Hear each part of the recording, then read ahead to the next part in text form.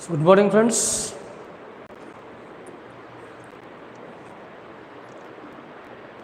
So in today's class, let me talk about state administration. That is both.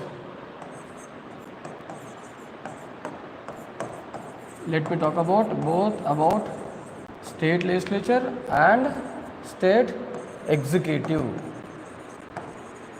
State legislature and state executive. So I'll talk about state executive first. I'll start the class with the state executive. And remember, before starting the class, let me know whether my voice is clear to you or not. The one who are in online, whether my voice is clear to you? Whether my voice is clear? So for you it is no problem. I'm talking about those people who are in online. Yes, good. Right? So that means there is no problem with my voice today.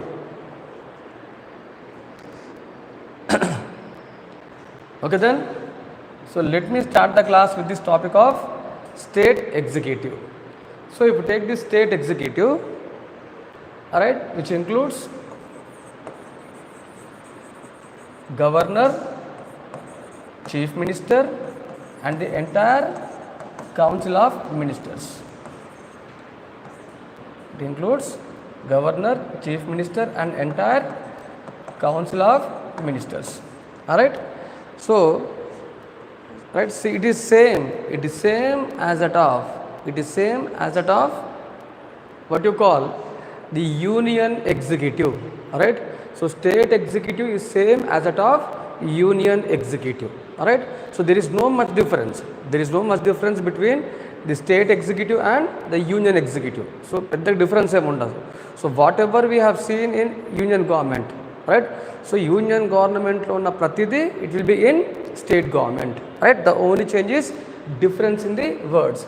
So let me make a comparison between state executive and union executive so that you can understand or you can bring the similarities between the union executive and state executive. It means simply the union government and state government. It is about union government and state government. So let me take here, let me put it as union and here it is state. Alright, union and states. Alright, we have president here. In union we have president. Alright, and coming to states it is governor. So whatever functions performed by President of India,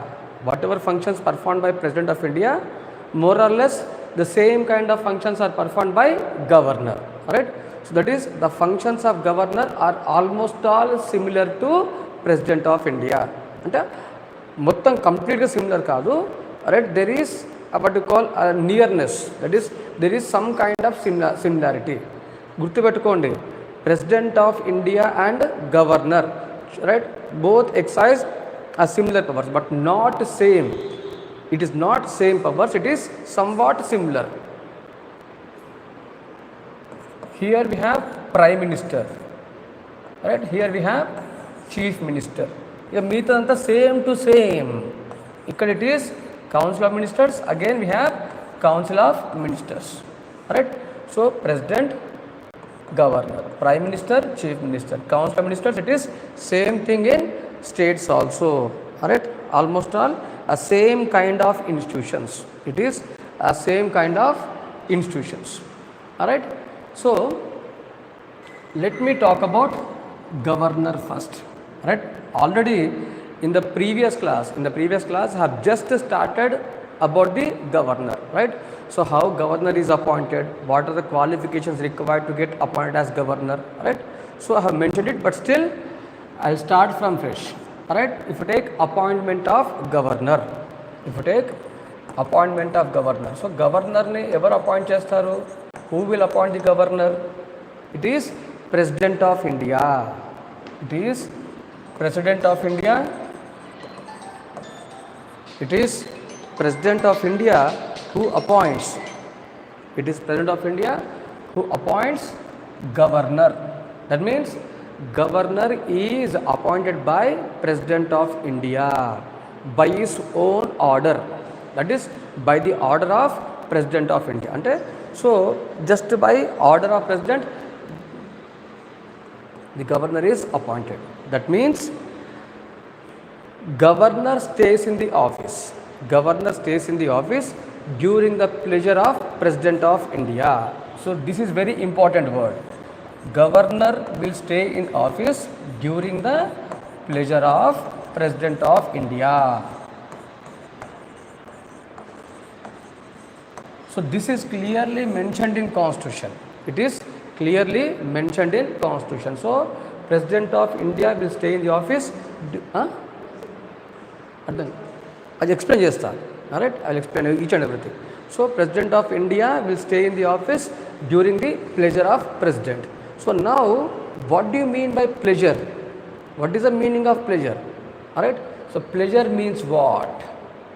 That means as long as President has confidence in the governor, President ki governor మీద నమ్మకం ఉన్నంత వరకు, or governor is loyal to President. Right? So governor is appointed by President of India. That means what? The governor should be loyal to the President. Right? So ఆ నమ్మకం అన్నది చాలా important. So ప్రెసిడెంట్కి governor మీద నమ్మకం ఉన్నంత వరకు governor అన్నవాడు ఆఫీస్లో ఉంటాడు. ఒకవేళ నమ్మకం పోయిన తర్వాత simply will be removed. Right? That means if the president loses confidence, if governor is not loyal to President of India, right? Either if President loses confidence or if the governor is not loyal to President of India, in such conditions President of India has every power. President of India has every power to remove the governor. That means what? The governor is appointed as well as removed by President of India. Right? So in our constitution there is no specific provision, there are no specific conditions for removal of governor. గవర్నర్ని remove చేయడానికి మన కాన్స్టిట్యూషన్లో ఎలాంటి specific conditions mention చేయలేదు, ఎలాంటి specific provision mention చేయలేదు. Right? So మనకున్న process ఏంటిది? The word pleasure. రైట్? అంటే అర్థం ఏంటిది? President can appoint as well as president can remove the governors. Right? So this is what the procedure. Alright, so alright, pleasure means alright, appointments and governors, that is appointments and removal of governor being done by President of India under his order, an order that is signed by President of India, an order that is sealed by President of India. So we use the word under the warrant and seal of President. మనం వాడే పదం ఏంటిదంటే warrant and seal of President of India. Under the warrant and seal of President of India, that is the stamp of President of India. మీకు ఈజీగా గుర్తుపెట్టుకోవడానికి seal means it is stamp. That means by the order of President of India. Alright? So it is. Alright? So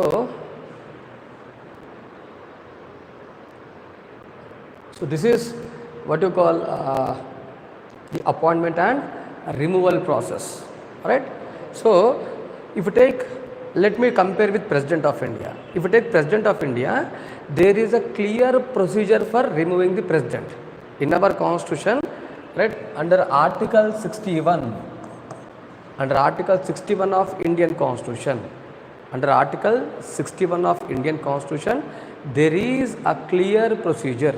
There is a clear procedure for removing President of India, and there is a clear grounds. అంటే procedure mention చేయబడ్డది, at the same time grounds, అంటే under what conditions President of India can be removed.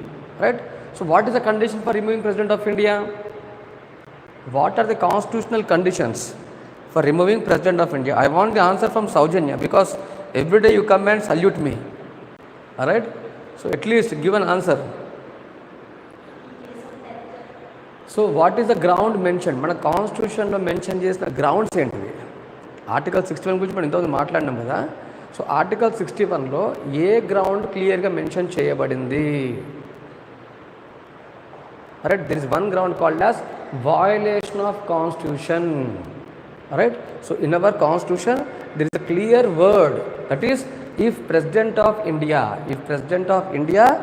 violates constitution, right, if President of India violates constitution, in such a condition, ఎప్పుడైతే president కాన్స్టిట్యూషన్ని violate చేస్తాడో, that is how the president of India can be removed from the office. Alright, so the removal takes place, right, for violation of constitution.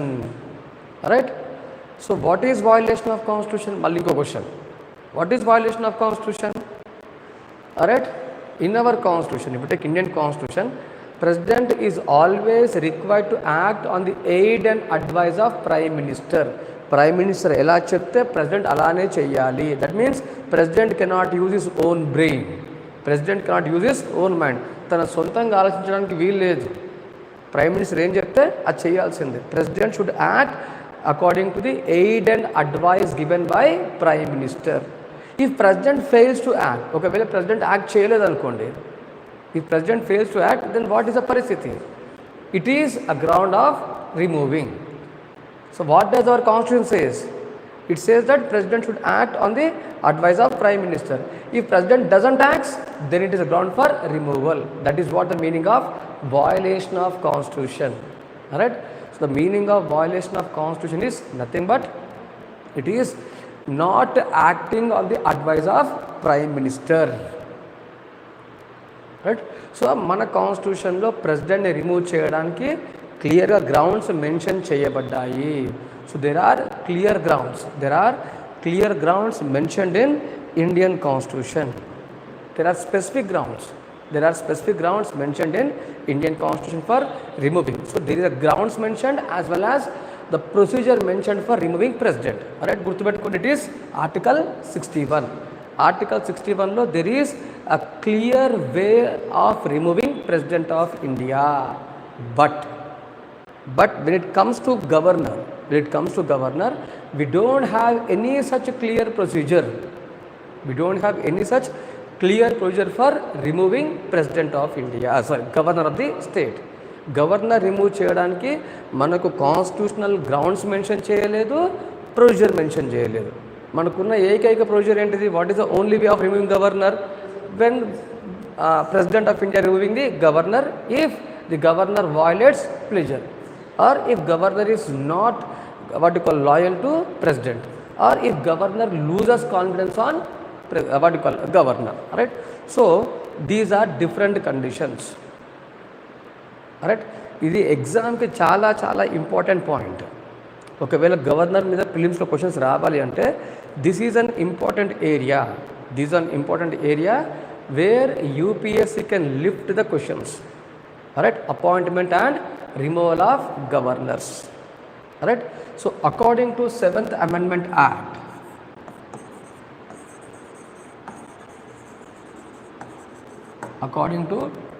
7th Amendment Act, which is passed in 1956.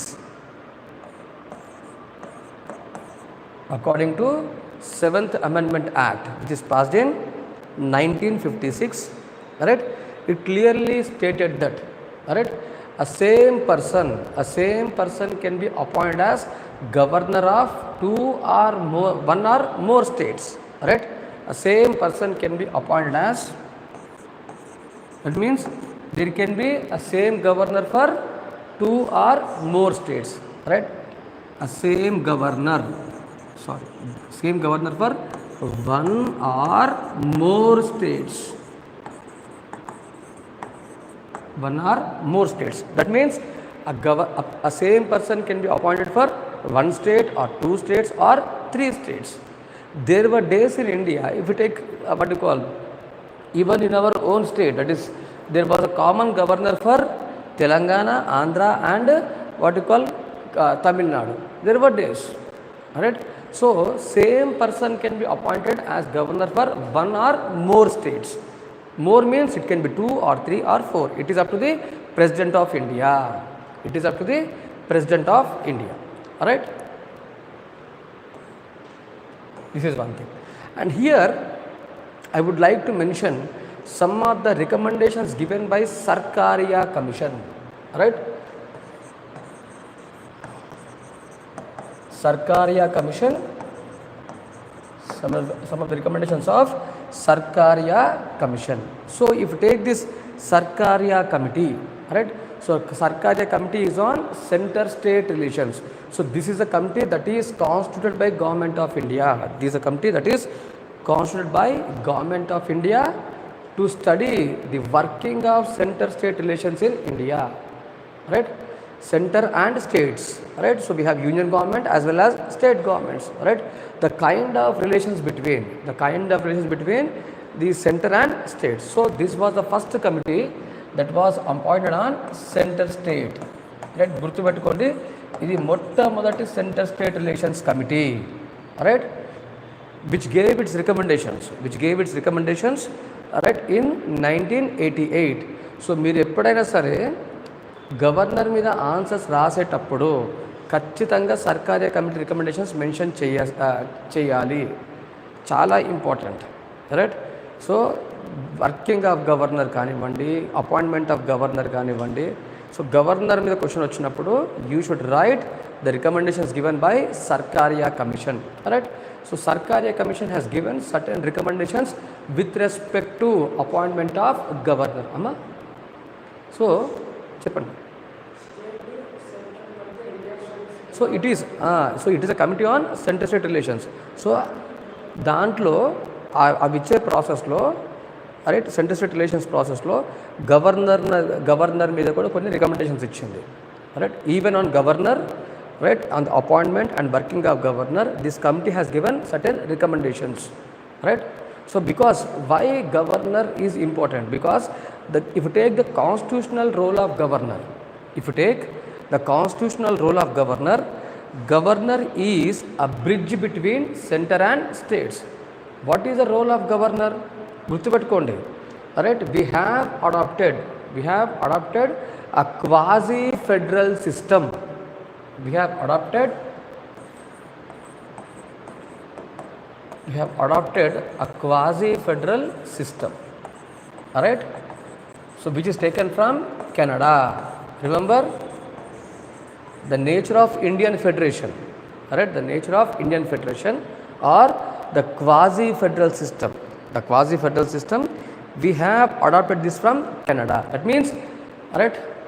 And in this quasi federal system, గుర్తుపెట్టుకోండి, ఈ quasi federal సిస్టంలో governor is a key person.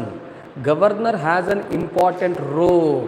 బాగా గుర్తుపెట్టుకోండి, ఎప్పుడైతే మనం quasi federal system తీసుకున్నామో, quasi federal సిస్టంలో governor అన్న వానికి చాలా కీలకమైన రోల్ ఉంటుంది, very crucial role, and important role. And ఇక్కడ in this quasi federal system, right, so governor is what do you call? Governor is an, right, bridge between, he is a bridge between center and states, right? He acts as a bridge between center and states, right? And he is meant to protect this quasi federal system. Andukane as governor is an important person in center state relations, Sarkariya Commission has given certain recommendations on what you call governor. ఎందుకు governor మీద recommendations ఇచ్చింది అంటే, governor అన్నవాడు centre state రిలేషన్స్లో చాలా important personality, is an important personality. అందుకని Sarkaria commission has given recommendations on this governor, right?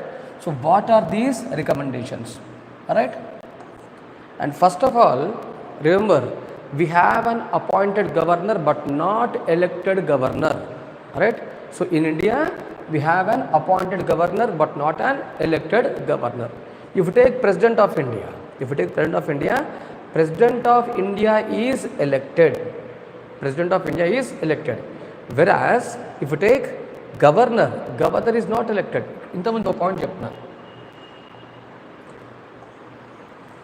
So in union we have president, in states we have governor.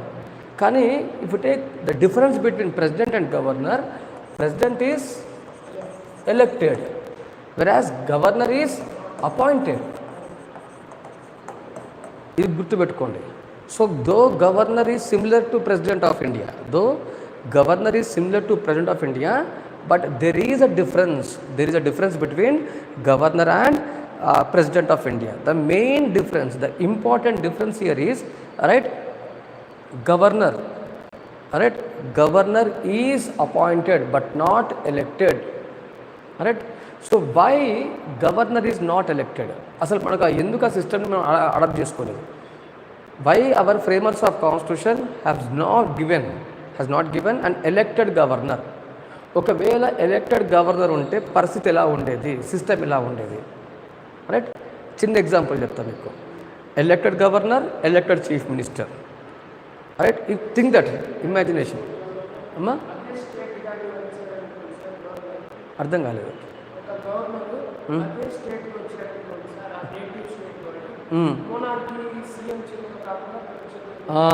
Very good, absolutely good. Right, so think that if there is a elected governor, if governor is elected, he will be elected by entire people of the state. Governor will be elected by the entire people of the state. And if you take chief minister is elected by one constituency, a part of state. Governor state మొత్తం ఎన్నుకుంటే సీఎంని only ఒక constituency మాత్రమే ఎన్నుకుంటారు. Right, this is one thing.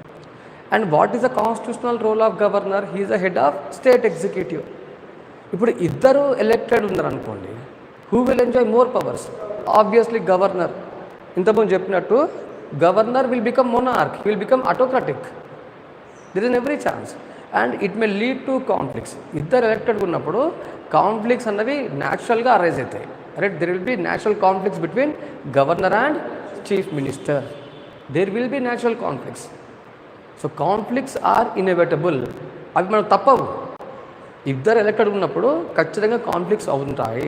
So ఈ కాన్ఫ్లిక్ట్స్ని avoid చేయాలంటే ఏం చేయాలి? There should be one appointed and other one is elected. So అందుకనే governor is appointed and chief minister is elected. Right, so and ఇంకొకటి ఏంటంటే మన framers of constitution they have provided a true parliamentary system in the union. పార్లమెంటరీ వ్యవస్థ అనేది మనకు యూనియన్లో కనపడుతుంది కానీ స్టేట్లో కనపడదు. We don't have a true parliamentary system in what you call states, because in true parliamentary system the union the executive should be elected. ఇక్కడ ఏంటిది, do we have elected governor? No. As we don't have elected governor, there is no true parliamentary system. అంటే ఒకవేళ మనం comment చేయాలి అనుకుంటే మనకు parliamentary system అన్నది సెంటర్లో కనపడుతుంది కానీ స్టేట్లో లేదు. ఎందుకంటే స్టేట్లో we have an appointed governor but not elected governor.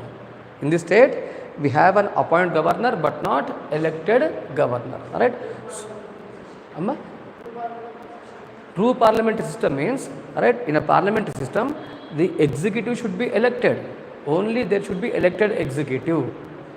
Both, even if you take union, president is elected, prime minister is elected and the entire ministers are elected. But coming to states, whether governor is elected? No. Andukane we don't have true parliamentary system in states. Right, parliamentary system lo executive anna vallu kachithanga elect ayi undali. Kani manaku CM elected, council of ministers elected, but governor not elected. Andukane we don't have true parliamentary system.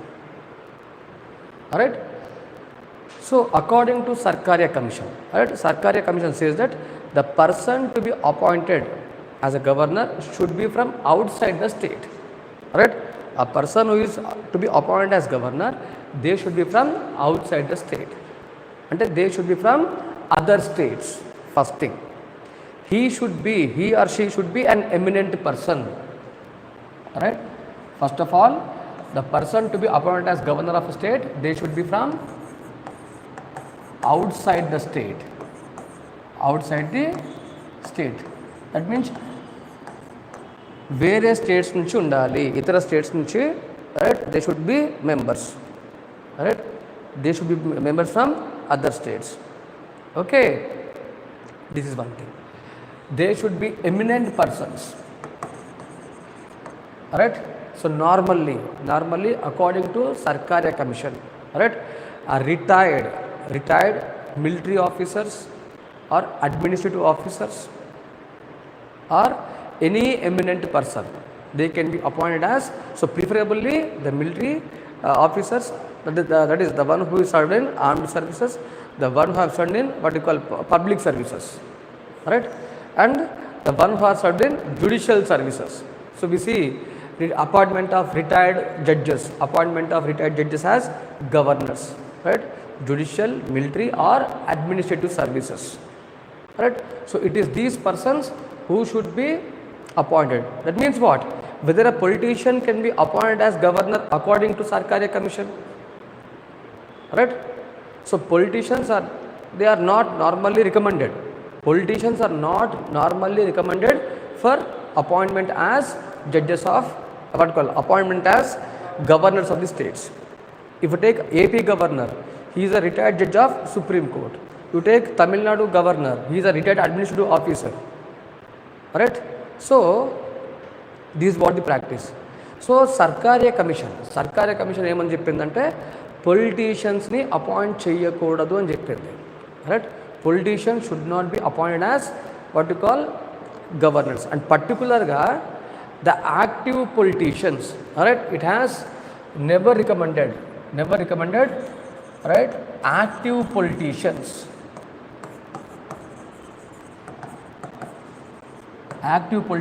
as governors. It recommended that active politicians, alright, active politicians are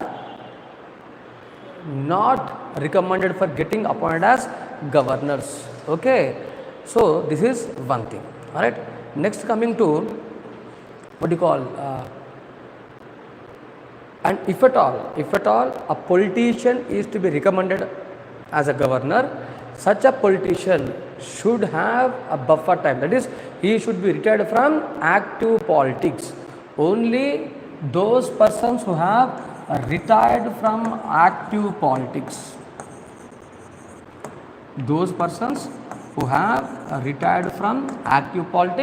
right, that means there should be a buffer time between their what you call their political life and to get appointed as governor. That means there should be a time gap. There should be a time gap between their active political life and the time of appointing as governors. అంటే ఎవరైతే politics నుంచి retire అయిపోయి ఉంటారో, ఎవరైతే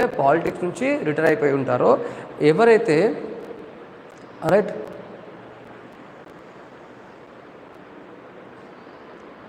పాలిటిక్స్కి దూరంగా ఉంటారో, right, అలాంటి వాళ్ళనే రైట్ గవర్నర్స్గా అపాయింట్ చేయాలి అని సర్కారీ కమిషన్ సూచించింది, రైట్.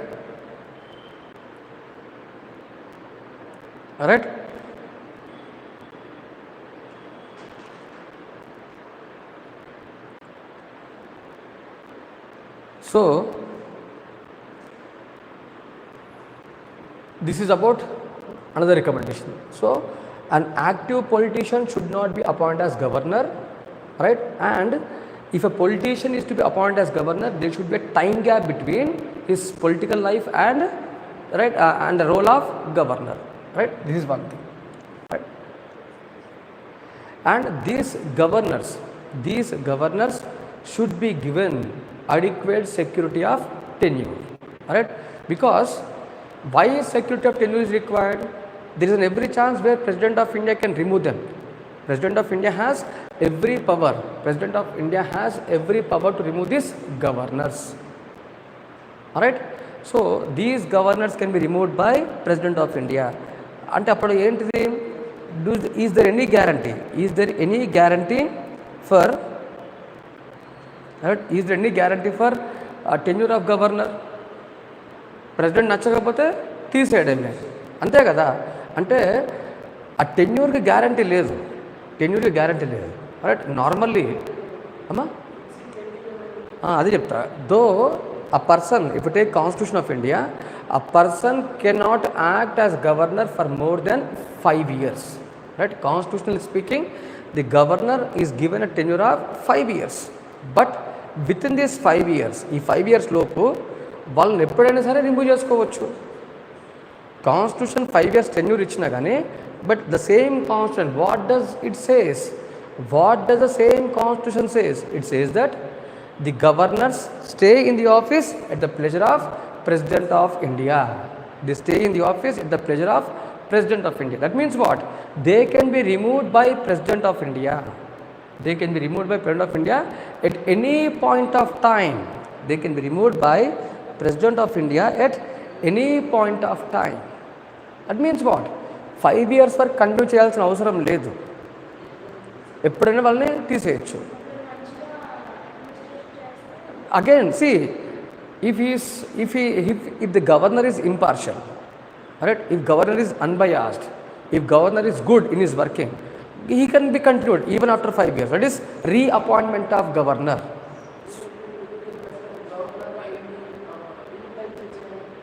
అట్లానే ఏం లేదు మనకి, right? He can be for any number of terms. It can be for 1 term, 2 terms or 3 terms.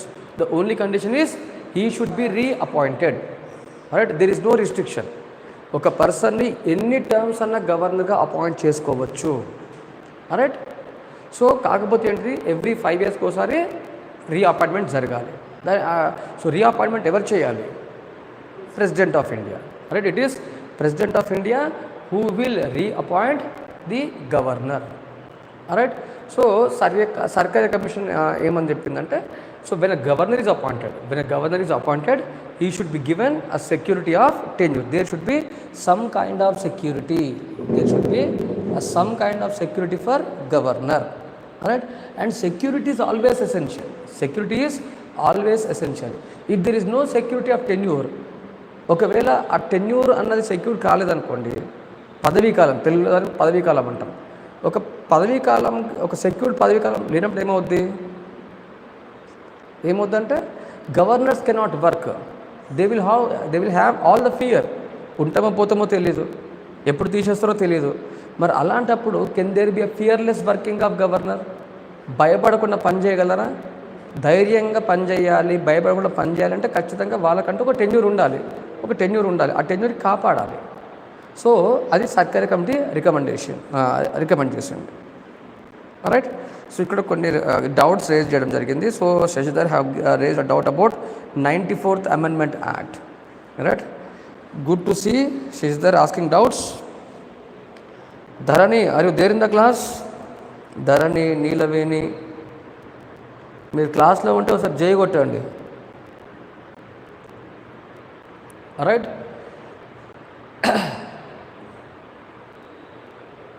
So if take what you call 94th Amendment Act. Right? So Shishidhar was asking the impact of 94th Amendment Act on the working of governor. Right? So 94th Amendment Act, which deals with compulsory appointment of tribal welfare of ministers. Right? Compulsory appointment of 94th Amendment Act. So 94th Amendment Act deals with compulsory appointment of what you call tribal welfare ministers in the states of Jharkhand and Chhattisgarh. Amma? So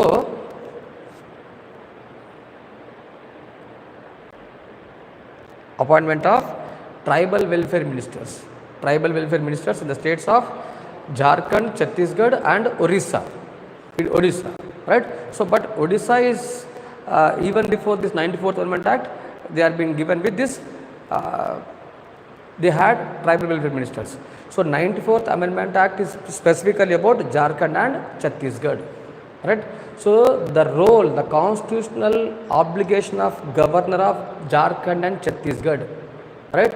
So 94th Amendment Act has imposed a constitutional obligation. అంటే ఈ 2 స్టేట్స్కి సంబంధించిన గవర్నర్లు ఖచ్చితంగా ఆ స్టేట్స్లో tribal welfare మినిస్టర్స్ని appoint చేయాలి. It is mandatory. Right? For what you call for appointing a tribal welfare ministers. It is mandatory for appointing tribal welfare ministers in the states of Jharkhand and Chhattisgarh, because these are the two states which were separated from Bihar and Madhya Pradesh. ఇవి separate కాకముందు compulsory appointment of tribal ministers, tribal welfare ministers in the states of Bihar and Madhya Pradesh. Bihar, Madhya Pradesh and Orissa. ఒరిజినల్గా ఇది right. So originally the governors of Bihar, Madhya Pradesh and Orissa are required to appoint tribal welfare ministers. కానీ ఏమైంది, జార్ఖండ్ అనేది separate అయింది, ఛత్తీస్గఢ్ అనేది separate అయిపోయింది. Right. ఎందుకు ఈ రెండు స్టేట్స్లోనే, ఎందుకు అంటే ఈ మూడు స్టేట్స్ మీరు జార్ఖండ్ కానీ, ఛత్తీస్గఢ్ కానీ, ఒరిస్సా కానీ, ఎందుకంటే ఇక్కడ there is tribal population more than 33%. Right. So if you take these states, they have what you call a tribal population of more than 33%. అందుకనే ఇట్ ఈస్ మ్యాండేటరీ. అదేంటి సార్, ఇప్పుడు take north eastern states, Mizoram, Meghalaya, మరి అక్కడ కూడా more than 50% ఉంది కదా. గుర్తుపెట్టుకోండి, అవి they are administered according to 5th schedule and 6th schedule. So there that is if you take the tribal areas, the scheduled areas, right, particularly the tribal areas of these northeastern states, particularly the 4 northeastern states and scheduled areas, they have a separate provisions. They have a separate provisions in our constitution. 5th schedule of Indian constitution as well as 6th schedule of Indian constitution. It deals with administration of scheduled areas and tribal areas, right. So these northeastern states, most of the northern states, they come under this 5th schedule and 6th schedule. All right. So that is the reason why they are not being affected by this 94th Amendment Act, right. So 94th Amendment Act prakaramu the governors of Jharkhand and Chhattisgarh should appoint a tribal welfare ministers. It is constitutional obligation. Am I clear to you, Shashidhar? Whether your doubt got clarified? All right. So these are the recommendations given by what you call Sarkaria Commission. These are the recommendations given by Sarkaria Commission. All right. So Sarkaria Commission says that the person to be appointed as governor should be from outside the state, should be an eminent person, preferably from administrative services or military services or from judicial services. All right. He should not be elected, right, and he should not be an active politician. All right. Now this is what said by Sarkaria Commission. Ivi Sarkaria Commission ichina recommendations. ఇప్పుడు so ఇప్పుడు అదే పాయింట్కి వస్తాను. So that means ఒకవేళ active politician కాదు, ఒక politician appoint చేయాలి అంటే there should be buffer time. అంటే అతను పూర్తిగా పాలిటిక్స్ నుంచి రిటైర్ అయిపోయి రైట్ కొంతకాలం తర్వాత, ఒక 3 years తర్వాత, ఒక 4 years తర్వాత, ఒక 5 years తర్వాతనో గవర్నర్గా అపాయింట్ చేసుకోవడానికి ఛాన్స్ ఉంటుంది. మేము మెన్షన్ చేయలేదు, బఫర్ టైం అనేది ఎంత మెన్షన్ చేయలేదు. కాకపోతే normally we take it as 3 to 5 years. Right. So this is what the recommendations of Sarkaria Commission. Now I will raise one debate, whether the recommendations of Sarkaria Commission are truly followed in India. Do you really think that the recommendations of Sarkaria Commission are being followed in India? Sarkaria Commission చెప్పినట్టుగా ఇండియాలో follow అవుతున్నామా లేదా? Sarkaria Committee recommendations నిజంగానే government of India follow అవుతుందా లేదా? మీరు చెప్పండి. మీరు రోజు పేపర్లు చూస్తూ ఉంటారు కదా, రైట్. ఫాలో అవుతున్నారా అంటే లేదు, it is not been followed. Today the biggest problem in India is politicisation of office of governor. It is politicisation of office of governor. Politicisation, you see, complete politicization of office of governor.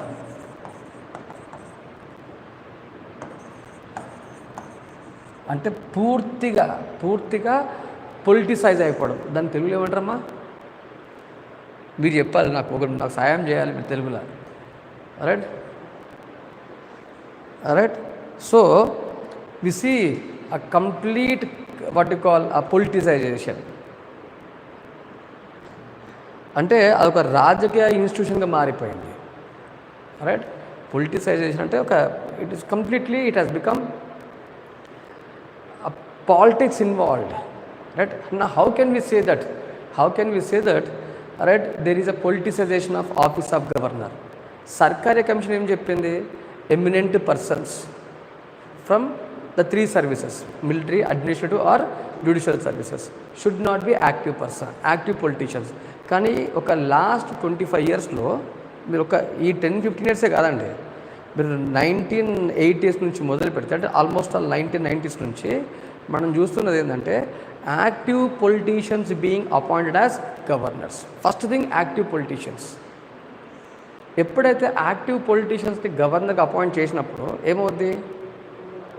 Who are these active politicians? Normally, the one who belongs to the political party which is in power in center, right? So normally the the members of ruling party. Simply చెప్పాలి అంటే it is members of ruling party. సెంటర్లో ఎవరైతే rule చేస్తారో, సెంటర్లో ఎవరైతే ఏ party అయితే రూలింగ్లో ఉంటుందో ఆ పార్టీకి సంబంధించిన వ్యక్తులను మాత్రమే గవర్నర్గా అపాయింట్ చేయడం జరుగుతుంది. So this is what the kind of politicisation that we see in India. So it is active politicians who are been appointed.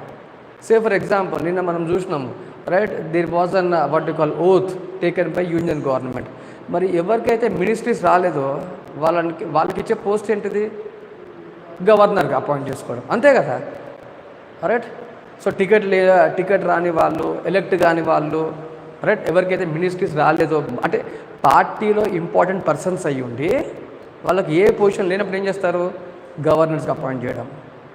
అంటే సింపుల్గా చెప్పాలి అంటే ఎవరైతే రూలింగ్ పార్టీకి బాగా ఫేవర్గా ఉంటారో లేదా ఎవరైతే రూలింగ్ పార్టీ మెంబర్స్ అయ్యి ఉంటారో వాళ్ళని మాత్రమే గవర్నర్స్గా అపాయింట్ చేయడము. That is what men by politicisation.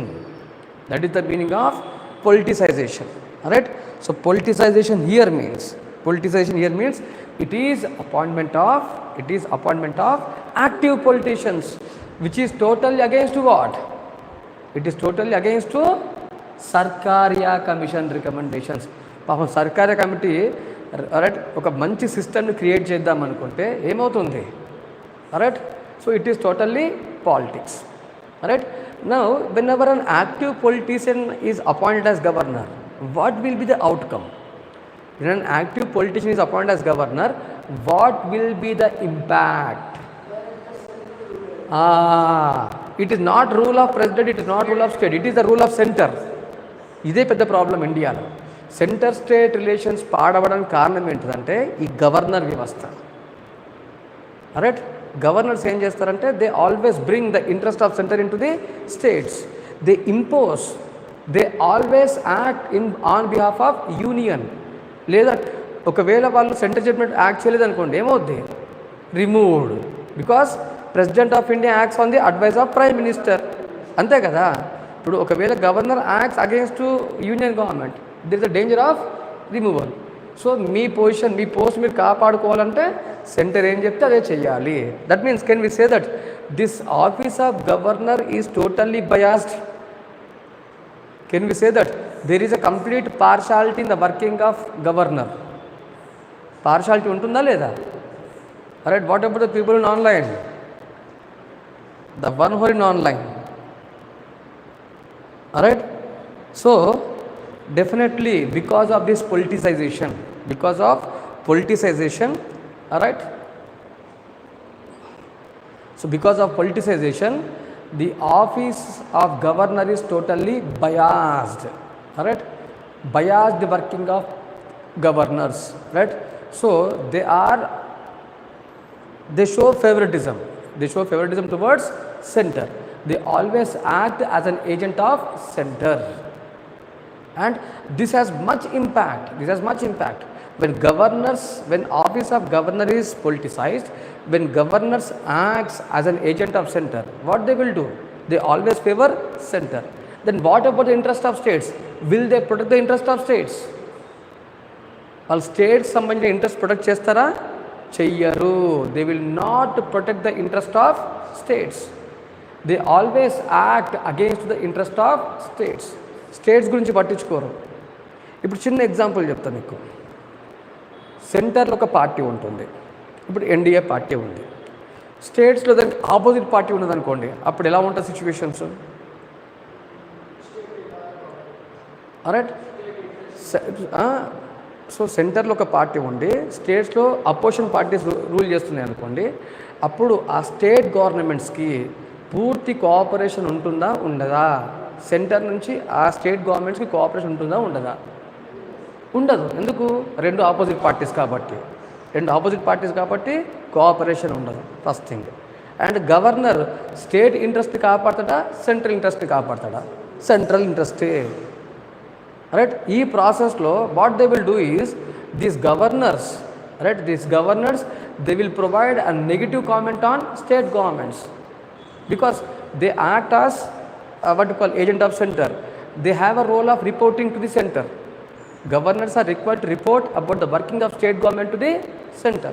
State government ఎలా వర్క్ చేస్తుంది, స్టేట్ గవర్నమెంట్ మీద రిపోర్ట్ ఇవ్వాల్సిన బాధ్యత గవర్నర్ది. మరి గవర్నర్ ఒక పాజిటివ్ రిపోర్ట్ ఇస్తాడా, నెగిటివ్ రిపోర్ట్ ఇస్తాడా? ఎప్పుడైతే రెండు ఆపోజిట్ పొలిటికల్ పార్టీస్ ఉంటాయో సెంట్రల్ స్టేట్లో, ఆటోమేటిక్గా గవర్నర్ స్టేట్ గవర్నమెంట్స్కి అగేన్స్ట్గానే రిపోర్ట్ రాస్తాడు. స్టేట్ గవర్నమెంట్స్ మంచి పనులు చేసినా సరే, గవర్నర్కి ఇష్టం లేకున్నా సరే ఏం చేయాలి? సెంటర్కి ఎలాంటి రిపోర్ట్ కావాలనో అలాంటి రిపోర్టే ఇవ్వాలి. అంతే కదా. ఇక్కడ విషయం ఏంటంటే ఎథికల్ కాదు. స్టేట్ గవర్నర్ రిపోర్ట్ ఇచ్చిందంటే గవర్నర్ రిపోర్ట్ ప్రకారమే ఏ యాక్షన్ జరుగుతుంది. Any action of the centre will be based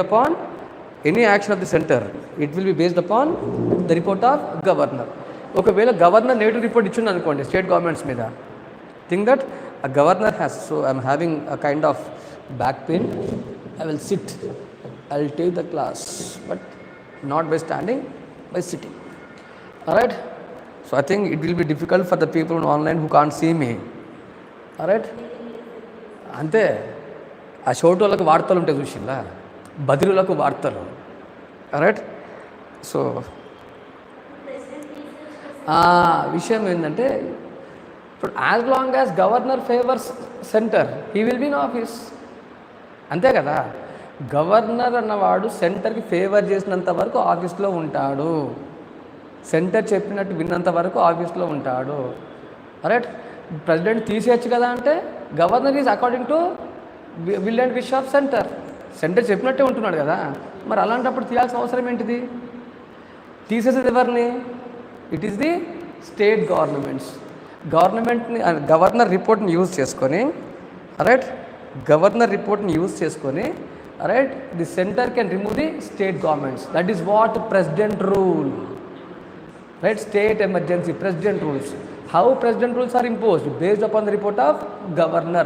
So governor's report is the key in imposition of what you call president rule. President rule impose చేయడంలో governor report అనేది చాలా కీలకం. Right. So అందుకనే మీరు ఎప్పుడైతే రెండు ఆపోజిట్ పొలిటికల్ పార్టీస్ రూల్ చేసినప్పుడు, right, opposition rule చేస్తున్న స్టేట్స్లో ఎక్కువ మీకు ప్రెసిడెంట్ రూల్స్ ఉంటాయి. Those states which are being ruled by opposition parties, we see what you call president rules. More a kind of political instability, astiratvam. Right. So రాజకీయ అస్థిరత్వం. నేను చాలా పదాలు నేర్చుకుంటాను తెలుగులో. రైట్. సో ఒక అస్థిరత్వం స్టార్ట్ అవుతుంది, ఒక ఇన్స్టెబిలిటీ ఉంటుంది. రైట్. ఇది ఎప్పుడు ఇండియన్ పాలిటిక్స్లో, ఇండియన్ సిస్టంలో జరిగే వ్యవహారం ఇదంతా. A common thing in Indian politics, a kind of unstable political system because of this governor. So this is more danger. Ilanti situations, so ilanti working of Indian Federation, will it promote development or will it hamper development? Ilanti system ni, right, will it promote development or it will stop development in the states? Center will say that it is developing nation. What about development of states? There won't be development of states. అర్థమవుతుందా? So ఈ అంత కంపుకి కారణం ఎవరు? ఈ కంపుకి కారణము governor. Controversial role of governor. Right. So ఒక ప్రెసిడెంట్ రూల్ ఇంపోజ్ చేయడమే కాదు, appointment of governments, appointment of state governments, removal of state governments, in all the areas you see this kind of, right, what you call politics being played, so which ultimately leads to political instability. All right, so this is, all right, so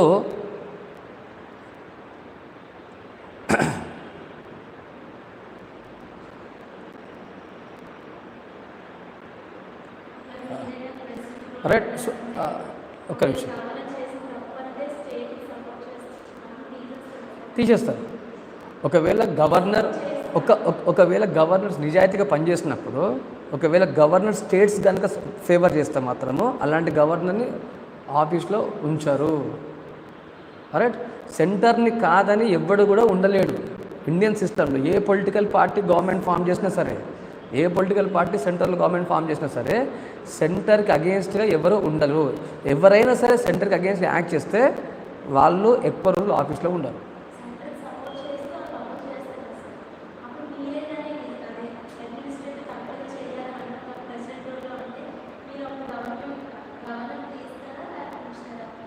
అర్థం కాలేదు. President rule impose చేసినప్పుడు, right, governor should act whatever centre says. Right. Support కాదు, governor is an agent of centre. Supporting అనే క్వశ్చనే రాదు. He is an agent of centre, he is a part of centre. అర్థమైందా? So అక్కడ support చేస్తాడా oppose చేస్తాడంటే క్వశ్చనే రాదు. ఓకేనా? Okay.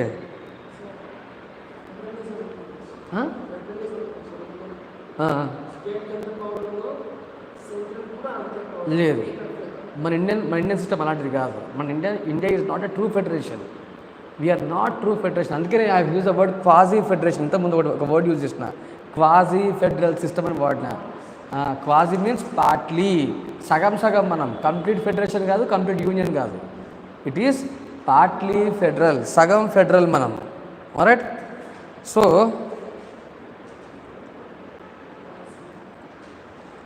Right. So Telangana KCR government ఉన్నప్పుడు మనకు తమిళసై ఉండే గవర్నర్, తెలంగాణ గవర్నర్ తమిళసై, ఆమె బీజేపీ పార్టీ, ఇక్కడ కేసీఆర్ పార్టీ. ఇద్దరికి పడేది కాదు. ఇప్పుడు చూడండి మనకు తమిళనాడులో, right, Ravi, RN Ravi, KN Ravi ఉంటారు, present governor of Tamil Nadu. Is agent of centre and is utterly opposite to DMK, total opposite to DMK. అస్సలు డిఎంకేని అసలు యాక్సెప్ట్ చేయడానికి మన తమిళనాడు గవర్నమెంట్కి తమిళనాడు గవర్నర్కి చాలా చాలా డిఫరెన్సెస్ ఉన్నాయి. అది పీక్ స్టేజ్లో ఉన్నాయి ఇప్పుడు ఇండియాలో. ఒక లాస్ట్ 3 years నుంచి వీళ్ళిద్దరి మధ్యన ఎన్ని కాన్ఫ్లిక్ట్స్ వచ్చినాయో. అసలు ఈ కాన్ఫ్లిక్ట్స్ లేకుండా న్యూస్ పేపర్ లేదు ఇండియాలో. ఎందుకంటే సెంటర్లో బీజేపీ, ఇక్కడ డిఎంకే, ఇద్దరు ఆపోజిట్ పార్టీస్. రైట్.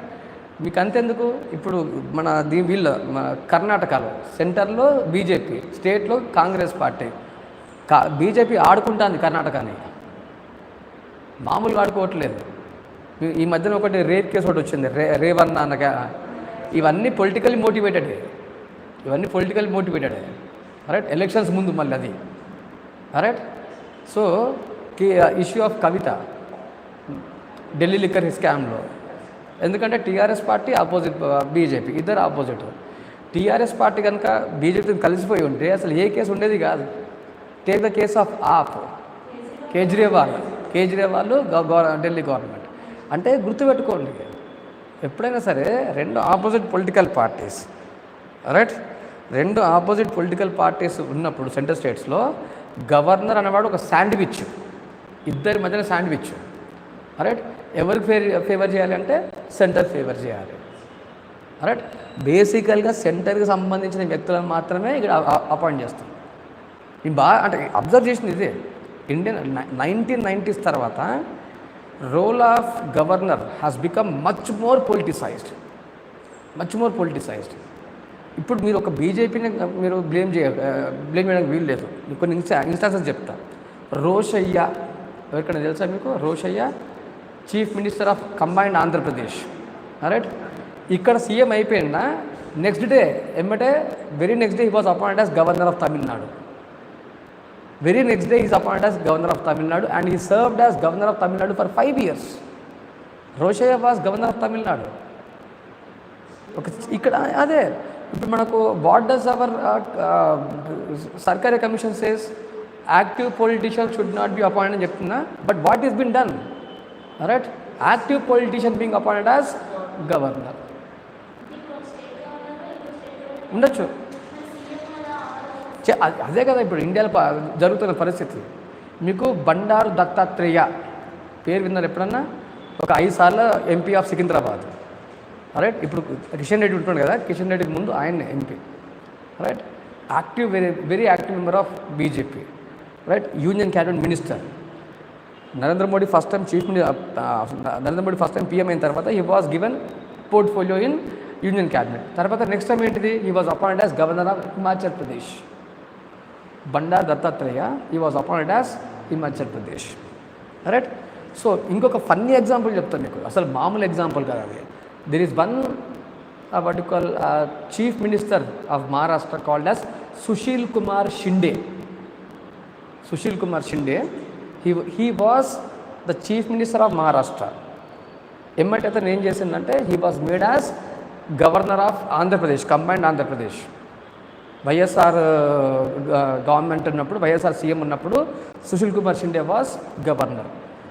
అక్కడ సీఎం కట్ చేస్తే నెక్స్ట్ డే ఏపీలో గవర్నర్, కట్ చేస్తే next day union cabinet minister, union cabinet home minister. కంటిన్యూస్లా, అసలు గ్యాపే లేదు, గ్యాప్ లేకుండా. అంటే ఒక CM next day governor, next day union home minister. అంటే how you are seeing this governor? Whether governor is an impartial or politicised. UPA government, Manmohan Singh government ఉన్నప్పుడు ఇదే పరిస్థితి.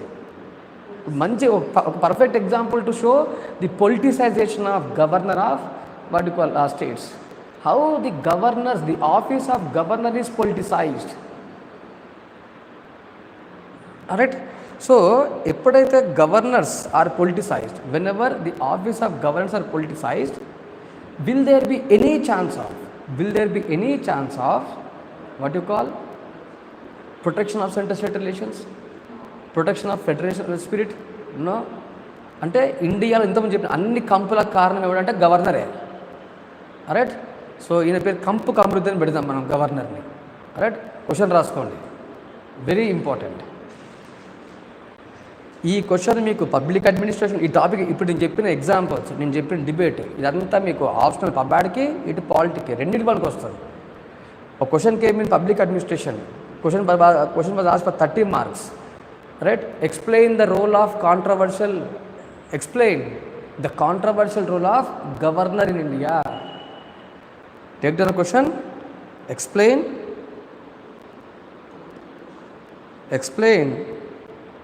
the controversial role of governor in India.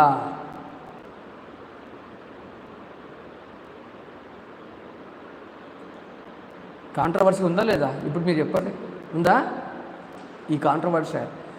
And what is the impact of this controversy? Continue the question.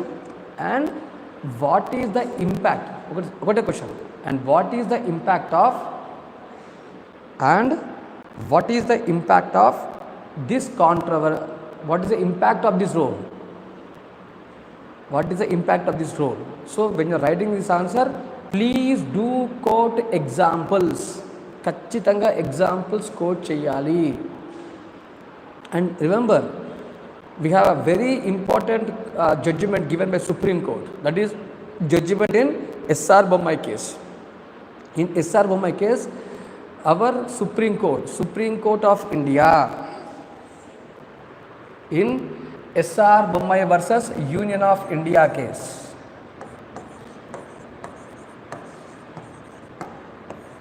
in SR Bommai versus Union of India case, our constitution, Supreme Court of India clearly given a specific directions, both right, in the functioning of governor, in the role of governor, right? So how governor should act, right? How governor should act with respect to the state governments, right? So Supreme Court in SR Bommai versus Union of India case, it has given a clear directives,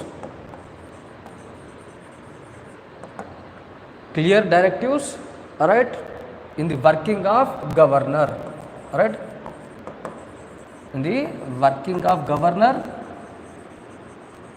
particularly with respect to state governments. So state governments patla, right, state governments patla governor ela undali, right, ela function cheyalo clear ga directions ichindi, right. Ante manaku not only we have Sarkariya committee recommendations, but along with Sarkariya committee recommendations, even we have Supreme Court directions which are given in SR Bommai case, Supreme Court directions which are given in SR Bommai case, right. So please do follow this. So whenever you are writing answers on governor, definitely you should quote this, ఖచ్చితంగా quote చేయాలి. Am I clear to you, the one who are online? Whether I am clear or not? I want every one of you to respond kandi, alright. So whether I am clear or not? How many of you are giving attempt this year? That is on next June 16th. How many of you are giving attempt on June 16th? Let me know. The one, ఎంతమంది ఈ year attempt ఇస్తున్నారు?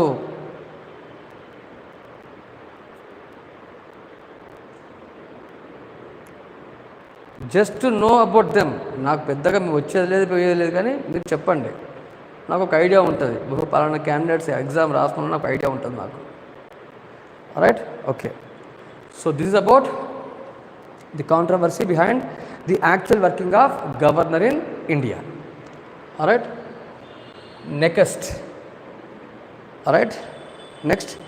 coming to the functions of governor. So what are different functions performed by governor? Alright,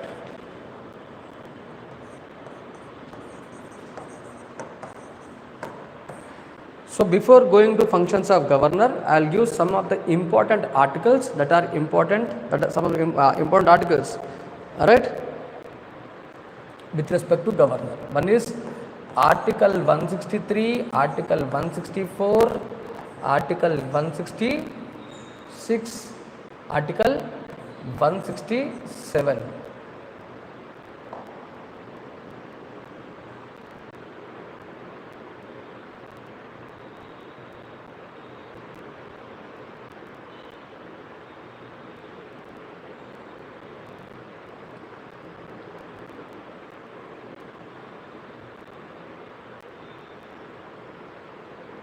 Alright, so if you take this Article 163 of Indian Constitution,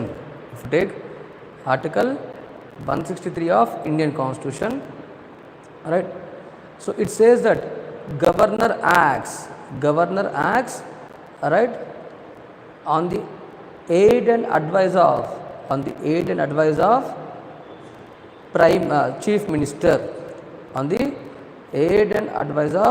chief minister, alright. So governor acts, alright, on the aid and advice of chief minister, alright. So if you compare president and governor, alright, if you take president shall act on the aid and advice of prime minister, but here coming to governor acts. That means there is no word of shall. మనకు article 163లో shall అన్న పదం లేదు.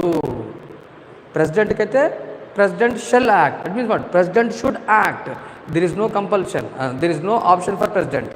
Alright, in case of president there is no option. President has to act on the advice given by prime minister. అంటే ఖచ్చితంగా act చేయాల్సిందే, తప్పనిసరిగా act చేయాల్సిందే. కానీ if you take governor, in case of governor we don't have the word of shall. Governor acts. That means what? The governor may act or may not act. Alright, governor may act or may not act. So that is, there is no compulsion for governor to act on the advice of chief minister. He may or he may not. President should, governor may or may not. That means, can we say that governor has a discretion? Discretion means choice. That is, governor acting on his own. Can we say that governor has a discretion? Yes, governor has a discretion. There is a choice. So president has no constitutional discretion. President has no constitutional discretion. Whereas governor, they have a constitutional discretion. గుర్తుపెట్టుకోండి, చాలా important difference. Right, if you take president of India, President of India has no constitutional discretion. Alright, President of India has no constitutional discretion. Whereas, if you take governor, governor has a constitutional discretion. Governor has a constitutional discretion. So there is a constitutional discretion for governor of the state, right? So there is a constitutional discretion for governor, right? So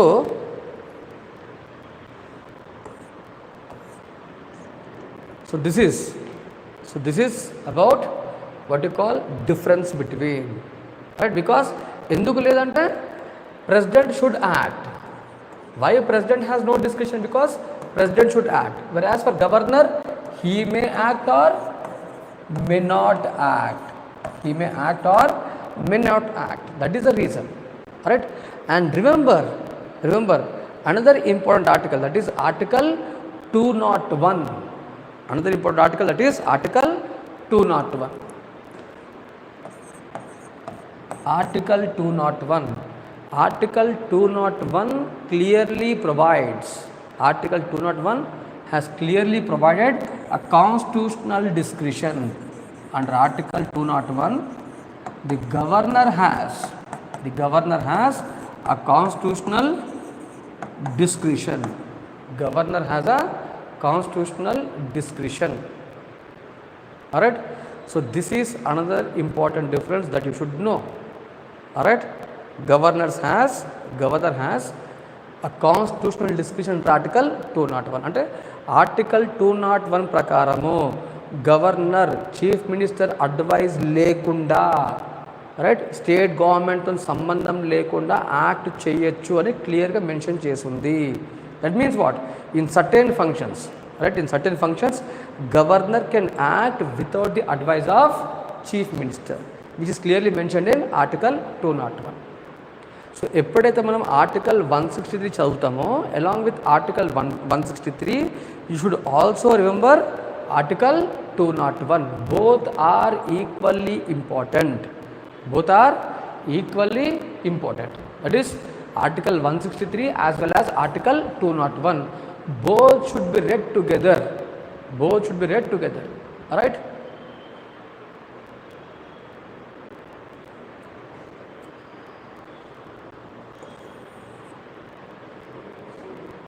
Alright, so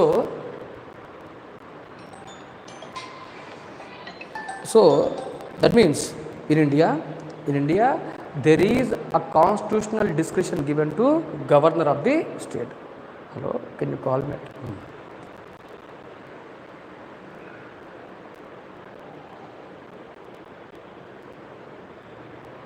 In India there is a constitutional discretion. There is a constitutional discretion that is given to the states.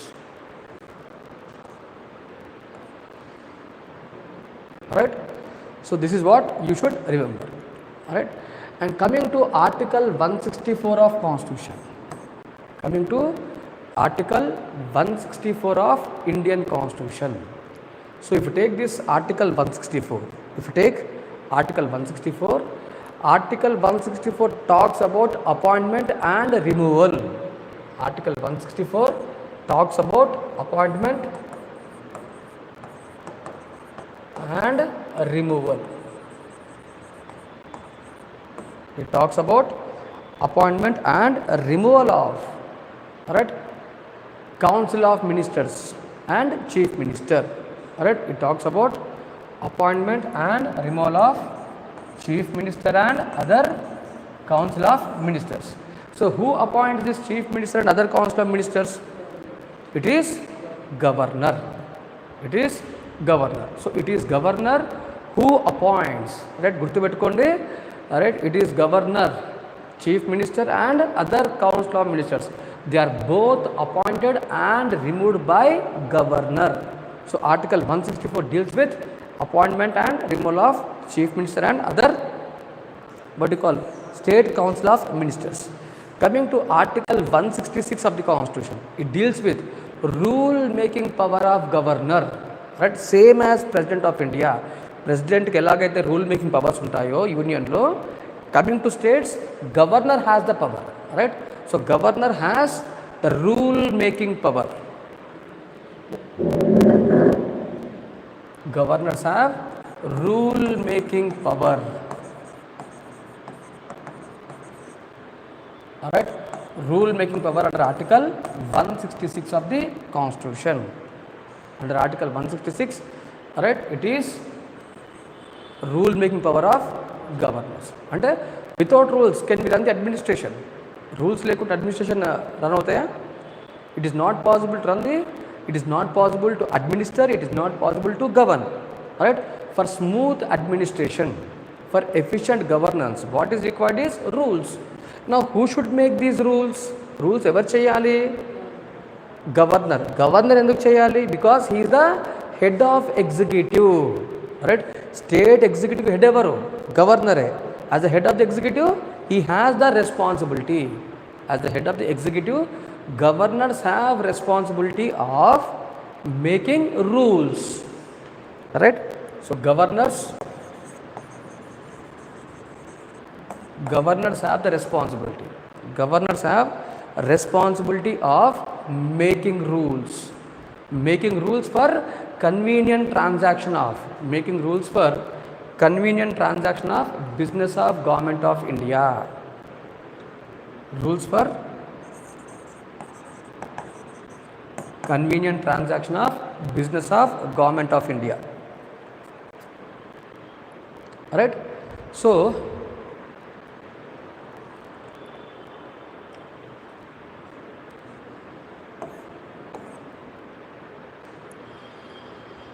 alright, so this is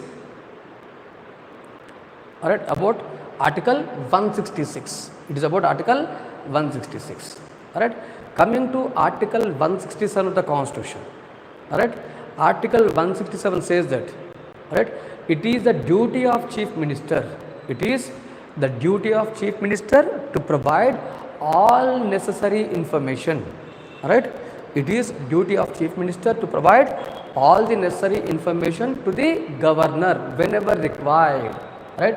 So, there is a constitutional obligation. అంటే ఎప్పుడైనా సరే governor ఏ information కోరినా ఆ information ఇవ్వాల్సిన బాధ్యత ఎవరిది? Chief మినిస్టర్ది. ఖచ్చితంగా ఇవ్వాల్సిందే, కాదు కూడదని చెప్పడానికి వీలే లేదు. Right, it is a responsibility.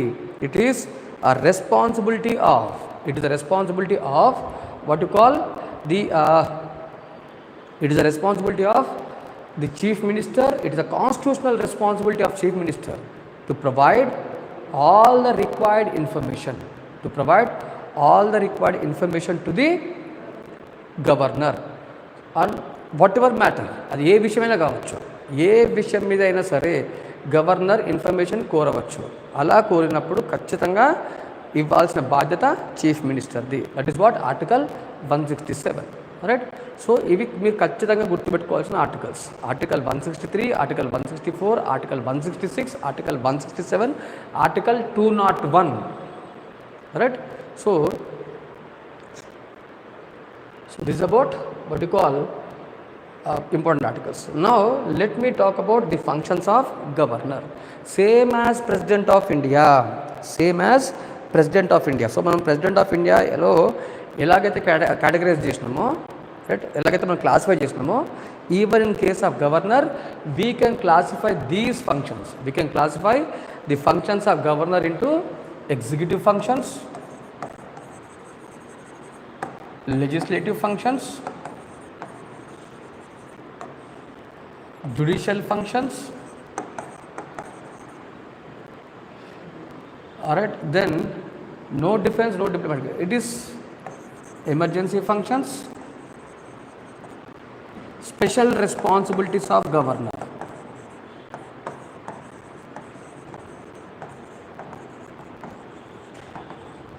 Special responsibilities of governor.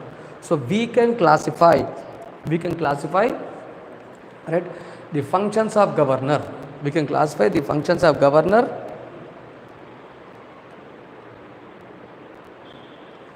Now there is one doubt raised by Shashidhar. Sir, can the governor like president convene joint session? Alright. So manam we have seen in union, that is in the working of parliament.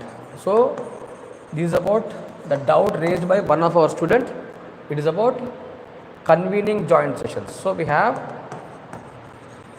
joint sessions that can be convened under article 108. President has every power to convene the joint session under article 108. But the question of joint session doesn't comes in states lo joint session prasakte ledu, right? States lo joint session vyavastha ledu, right? So joint session is only in tarvata cheptanu, right? So but as of now remember that in center there is a concept called as joint session. Center lo undi gaani states lo undadu. That means the issue of convening joint session doesn't arise in states.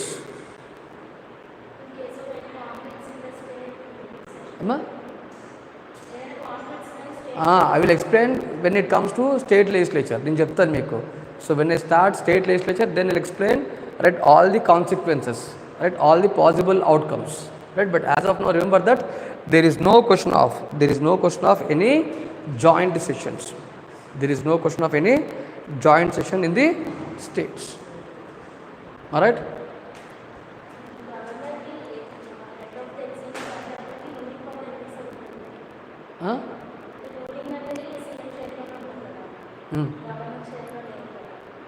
Governor constitution ఏం చెప్తుంది? He may or he may not act కదా.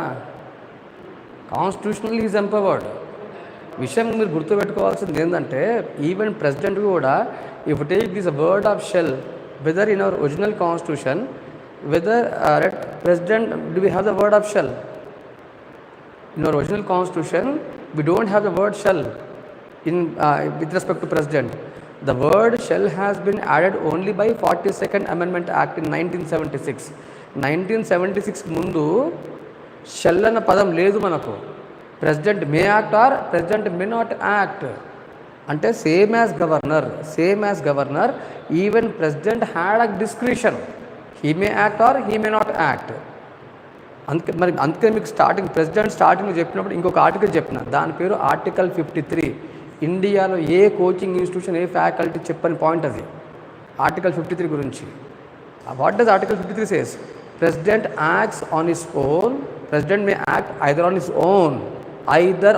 అర్థం ఏంటిది? He may act on his own are he may act with the assistance of prime minister. అంటే మీరు గుర్తుపెట్టుకోండి, constitutionally president has sudden discretion. ఎప్పుడైతే Indira Gandhi prime minister అయిందో, Indira Gandhi government by 42nd Amendment Act she has altered the position of president. She has change the position of president. President position ఎప్పుడు మారింది? President powers ఎప్పుడు తగ్గినాయి? 1976లో by 42nd Amendment Act. 42nd Amendment Act రాకముందు president పవర్ఫులే. ప్రెసిడెంట్ని powerless చేసింది ఎవరంటే ఇందిరాగాంధీ. ఇందిరాగాంధీకి ఎందుకంటే స్పెషాలిటీ ఇండియా అంటే తను చేసిన పనులలో ప్రెసిడెంట్ ఆఫీస్ని వీక్ చేయడం, right, weakening of president office అంటే పవర్లెస్ చేసింది ప్రెసిడెంట్ని. సో మనకు 42nd Amendment Act, if you take 42nd Amendment Act, this 42nd Amendment Act has an impact on president but not on governor.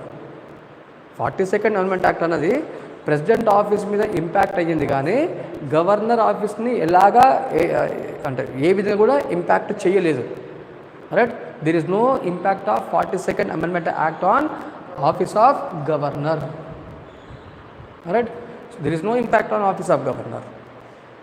Alright, అందుకనే even today governor may act or may not act. So governor really he acts as head of the executive. Right, and governor chief minister is subordinate to governor.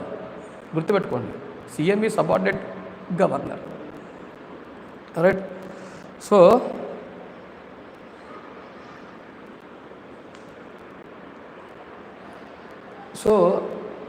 this is what you call we can classify the functions of governor. We can classify the functions of governor as executive functions, legislative functions, judicial functions, emergency functions, special responsibilities.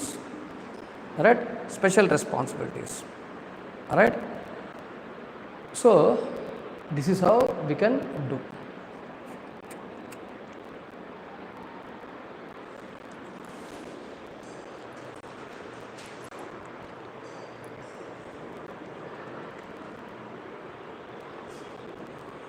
All right, so this is about one thing. All right, now let me first talk about the executive functions of governor. Let me first talk about executive functions of governor. All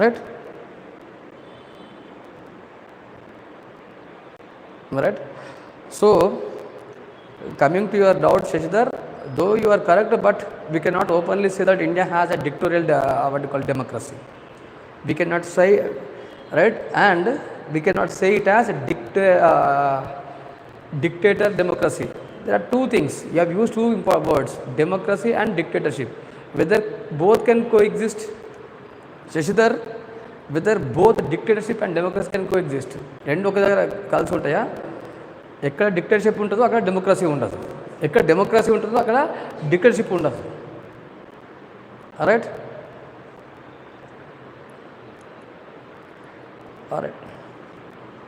executive powers of governor. So if you take this executive powers of governor, it deals with what? It deals with appointments and removals. It deals with appointment and removals. Right, so these executive powers, it deals with appointments and removal functions. Appointment of what? Appointment of all the constitutional authorities and statutory authorities at the state level. So all the constitutional bodies and statutory bodies.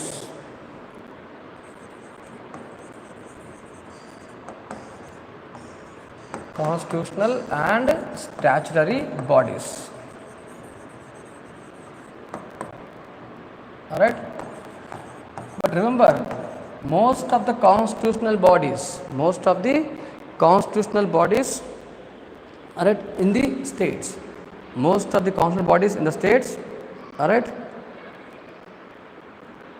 though they are appointed by governor but removed by president of India.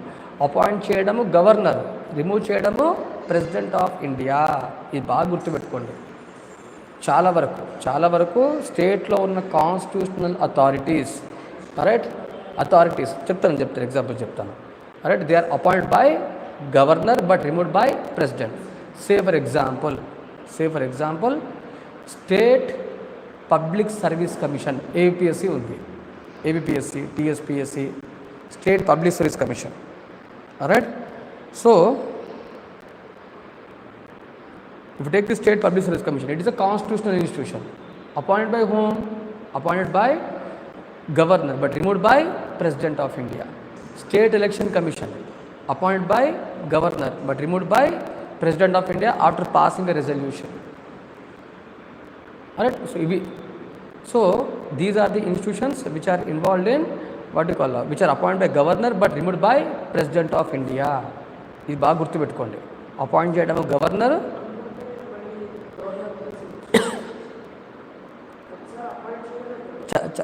Appoint చేయడం వరకే governor చేతిలో ఉంటుంది, remove చేయడము president of India. Appointment ఒకటే governor, removal మాత్రము president. State state public service commission, state election commission. Right. So Jagan chief minister ఉన్నప్పుడు పెద్ద issue జరిగింది. ఇది ఆంధ్రాలో ఇష్యూ ఏంటిదంటే the controversy between the state government and what you call state election commissioner. Right. So governor state government always threatened removal of state election commissioner చాలాసార్లు. అంటే Jagan CM అయిన first 2 yearsలో ఇది బాగా వార్తల్లో ఉంటుంది. ప్రతిసారి భయపెట్టేవాడు. అసలు గవర్నమెంట్కి స్టేట్ ఎలక్షన్ కమిషన్ తీసేసే పవర్ ఉందా? లేదు. గవర్నర్కి లేదు, అటు స్టేట్ గవర్నమెంట్కి లేదు. చేయాలంటే ఎవరు చేయాలి? ప్రెసిడెంట్ చేయాలి. మరి how state government can threaten? అంటే జనాలను పిచ్చోళం చేయడానికి ఇవన్నీ అంటే చెవులో పువ్వు టైప్ అన్నట్టు. జనాలకి ఇవన్నీ కాన్స్టిట్యూషనల్ రూల్స్ తెలియదు కదా. People doesn't have idea about all these things and they are simply made fools. They are been fooled by governments. These how the things goes on ప్రాక్టికల్గా. రైట్. అందుకనే ప్రతి ఒక్కరికి కాన్స్టిట్యూషన్ తెలిసి ఉండాలి. అట్లీస్ట్ బేసిక్ కాన్స్టిట్యూషన్ అనేది తెలిసి ఉండాలి. Removal ఎవరిని? There are certain other council bodies, advocate general, right, statutory bodies, state human rights commissions, state vigilance commissions. They are appointed and removed by governor. ఓకేనా? సో రిమూవల్ అంటే అన్ని institutions కాదు, ఈ 2 institutions exempted అంటే చెప్తావు. ఇంకా చాలా ఉన్నాయి, కానీ ఇప్పుడు మీరు గుర్తుపెట్టుకోవాల్సింది ఏంటంటే right, state public service commission and state election commission they are appoint by governor but removed by president. మిగతావి appointed and removed by governor. Right. ఓకేనా? State SC commission, state ST commission, మనకి ఉన్నాయి స్టేట్ మైనారిటీ కమిషన్స్ అని. ఇలాంటివి governor appoint చేస్తాడు, గవర్నరే remove చేస్తాడు. Right. Right. So this is about the appointment and removal functions. Right. So we'll do one thing, we'll take a break here. Alright, a break of 10 minutes. Again we'll meet after 10 minutes. Okay, so don't run away. Alright, the one who are online governor.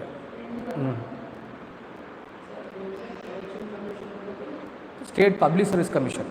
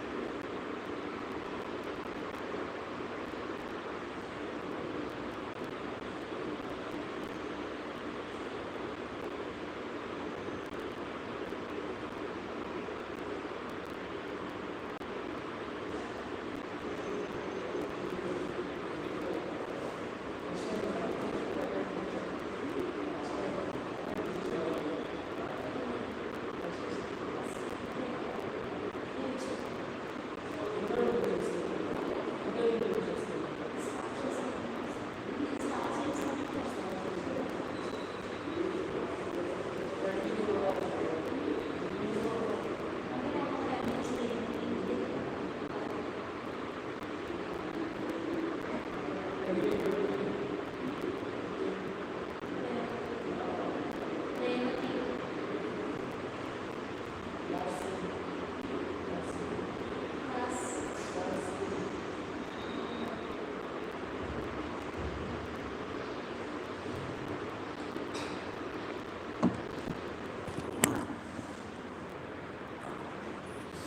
I'm sorry, there's a delay of 5 minutes.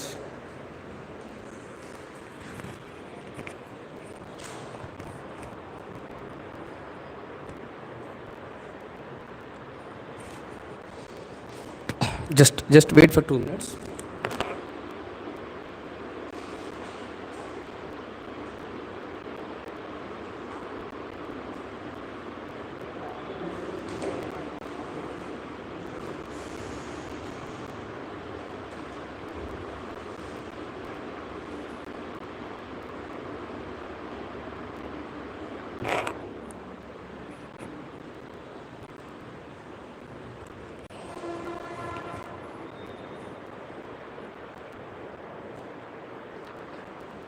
So this is about executive functions.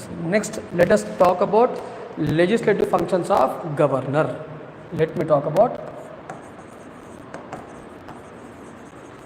legislative functions of governor. Alright.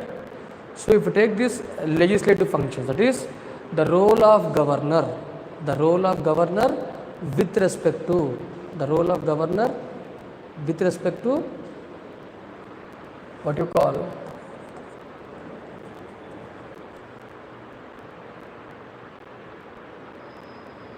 state legislature,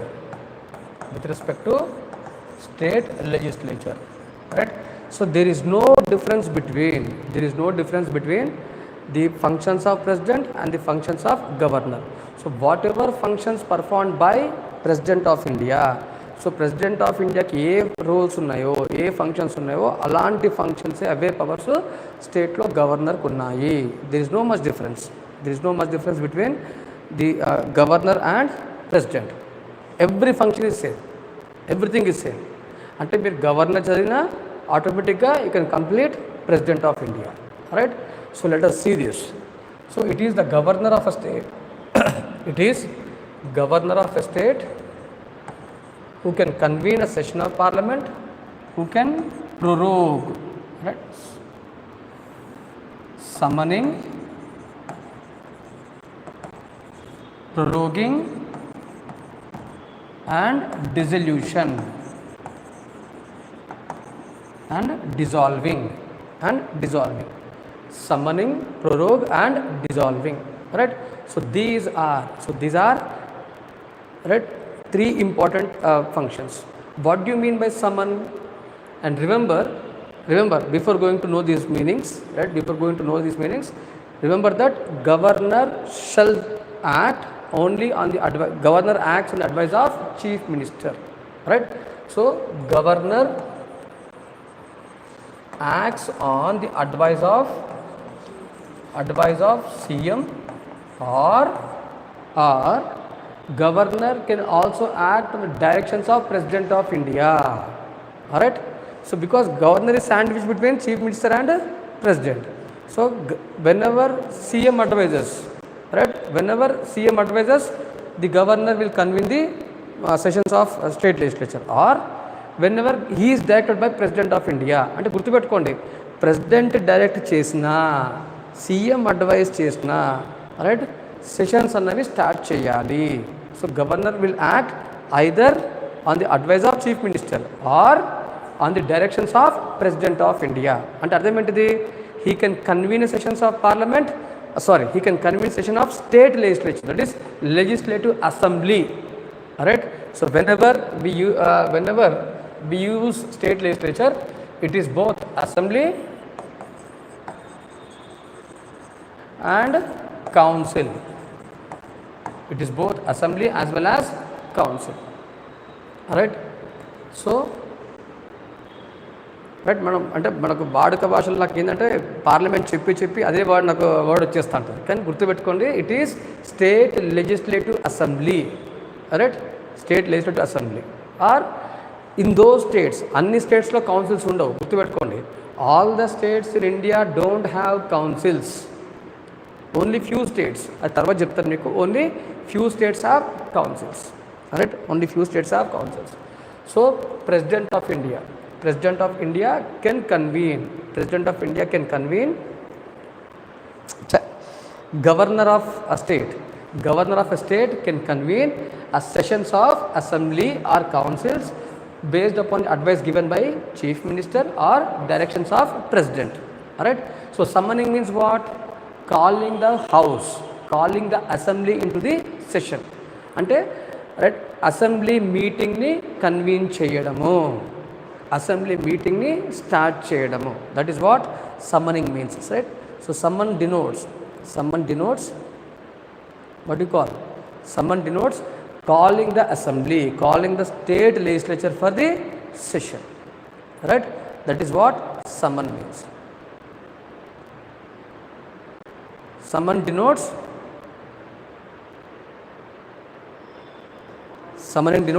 calling the house for session, alright, assembling the house, alright. So this is one thing. So these sessions can be convened either on the advice of chief minister or on the advice of what you call president, not advice, on the directions. President advice cheyadu, president is superior, so he will direct the governor, right? So that is what summoning means. And the time gap between two successive sessions of the house, should not be more than, what is the time gap between two successive sessions of the house? I taught this when I taught, right, what do you call, I have mentioned this when I taught union parliament. When I taught the role of president functions చెప్పినప్పుడు చెప్పిన 2 sessions మధ్యలో, very good Ramakrishna, it is 6 months.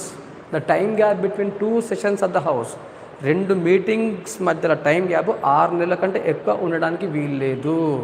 The time gap between 2 successive sessions of the house should not be more than 6 months. That means for every 6 months there should be session.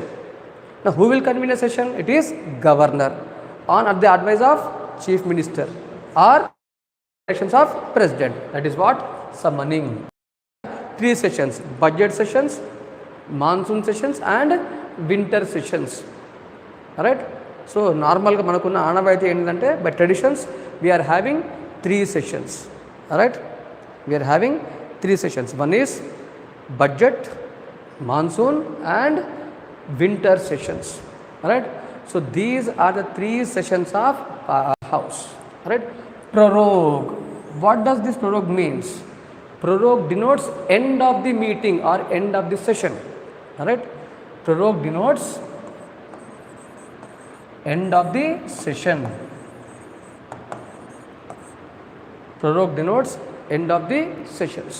Alright, it denotes an end of the session. Prorogue denotes end of the sessions. Alright, so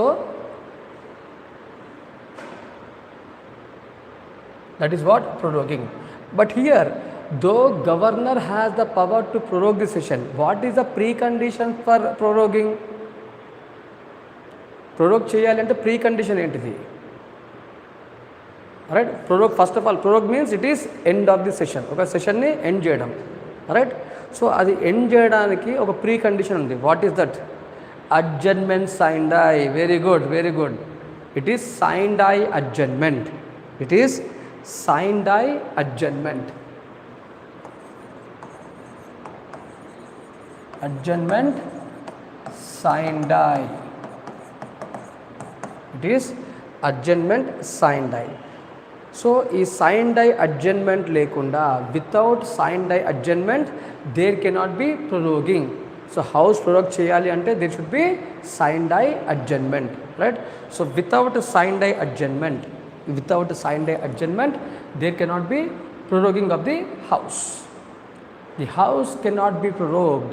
The governor cannot prorogue the house without signed I adjournment. So అసలు ఈ signed I adjournment ఎవరు announce చేస్తారు? Who has the power to adjourn the house? Who has the power for signed I adjournment? Right. So governor can prorogue చేయాలి అంటే sine die adjournment ఉండాలి. Sine die adjournment చేసేది ఎవరు? Speaker of assembly. గుర్తుపెట్టుకోండి, it is speaker. Very good Jagdish, new name I'm seeing. Right, were you there in the previous classes, Jagadish? So without sign day adjournment by speaker, there cannot be prorogue of the house. That means proroguing will take place. Prorogue will take place only after sign day adjournment. It is only after sign day adjournments. So without sign day adjournments, there cannot be proroguing. There cannot be end of sessions. Alright. So now what do you mean by sign day adjournment? What do you mean by sign day adjournment? Alright, end of the session without mentioning of the next meeting time. Next ఎప్పుడు meet అవుతామో చెప్పకుండా హౌస్ని ఆపేయడం, end చేయడము. That is what sine die adjournment. Say for example, if you take my class, right, just now have took a break of 10 minutes. నేను ఏమని చెప్పినా, will meet after 10 minutes అని చెప్పిన అంటే అర్థం ఏంటిది? I have adjourn the house by clearly mentioning the time of next meeting. What is my time of next meeting? After 10 minutes. Adjournment means stopping. Alright, I have stopped the class. I took a break of 10 minutes. Again after 10 minutes, I have started the class. So this is called as adjournment. Phone kinda padtadi. It is called as adjournment. Adjournment means stopping, taking a break. So here, when we are taking a break, I have clearly mentioned the time of break. I have clearly mentioned the next meeting. మళ్ళీ ఎప్పుడు కలుస్తావు క్లియర్గా చెప్పిన. Right, now it is 10:57. Again I will meet at 11:07. That is after 10 minutes. అంటే నేను క్లియర్గా mention చేస్తున్నా. Next మనం ఎప్పుడు మీట్ అవుతాం క్లియర్గా మెన్షన్ చేస్తున్నా. అది 10 minutes కావచ్చు, గంట కావచ్చు, 2 hours కావచ్చు. ఒకవేళ నెక్స్ట్ మీటింగ్ టైం చెప్పినట్టయితే it is called as adjournment. అలా నెక్స్ట్ మీటింగ్ టైం చెప్పకపోతే it is sine die adjournment. మనం ఎప్పుడు కలుస్తాం మనకు తెలీదు. 10 minutes తర్వాతనా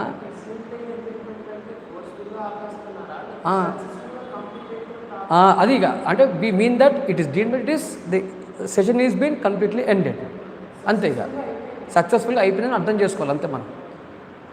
ఒకవేళ స్పీకరు అడ్జర్న్మెంట్ అని చెప్పి adjourns the house without mentioning next meeting time, then we should think that it is deemed as sine die adjournment. It deemed as successful completion of the session. అర్థమవుతుంది కదా? Adjournment, sign die adjournment రెండింటికి తేడా ఉంది. Right, రెండింటికి తేడా ఉంది. Right, so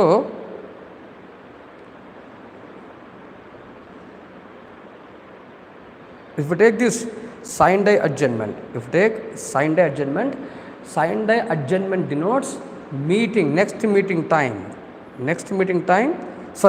adjourning the house without mentioning the next meeting time. Alright, so that is what sign day adjournment is. Okay,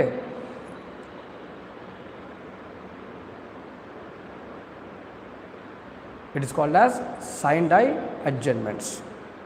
Alright, prorogue of the house.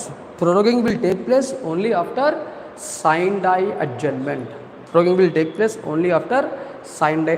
That is after the announcement made by speaker, because it is speaker who will announce or who has the power for sign day adjournments. Alright, dissolution. Alright, so bringing the end, right, bringing an end to the life of session. Right, not life of session, life of assembly, life of the house. Ending session is proroguing, ending the house itself is dissolving. Alright, so ending what you call dissolution denotes it is end of. Dissolution denotes end of. Alright, end of life of the session, end of life of the house. Alright, life of the house. So what is the normal life of the house? What is the normal tenure of the house? Once elected, the house will be for 5 years. The normal tenure of the house is 5 years. That means after 5 years it will be dissolved. Alright, it will be dissolved after 5 years. This is one thing. Alright, so governor has the power. Governor has the power to dissolve the house. So normally it is done after the expiry of 5 years. అంటే పదవీ కాలం అయిపోయిన తర్వాత 5 సంవత్సరాల పదవీ కాలం అయిపోయిన తర్వాత దాన్ని dissolve చేసే అధికారం ఓన్లీ గవర్నర్కి మాత్రమే ఉంటుంది. This is one case. This is another condition. Very good, very good. Right? So when when there is no majority political party, or when no political party has majority to form the government, in such condition, when there is no other alternative, the president, the house can be dissolved. But in case of state, it cannot be immediate. Dissolution of the house may not be immediate. అంటే ఏ political పార్టీకి majority లేనప్పుడు house dissolve చేసుకోవచ్చు, కానీ అది ఇమ్మీడియట్గా చేయాల్సిన అవసరం లేదు. ఎందుకంటే there is an option of president rule. యూనియన్లో అయితే ప్రెసిడెంట్ రూల్ ఛాన్స్ లేదు. In case of union there is no question of using president rule.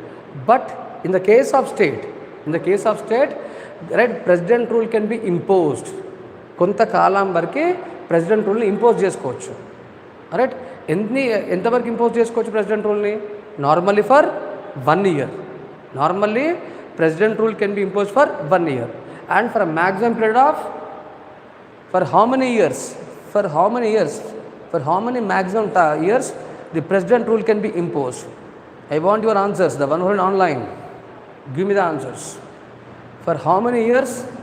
What is the maximum validity or maximum time period for imposing president rule? Maro bhai maro, mujhe maro. Right, it is not 5 years, it is a maximum of 3 years. Good Ramakrishna, it is for 3 years. Right, so president rule can be imposed for 3 years for a maximum period of time. And I have mentioned this when I taught emergency provisions.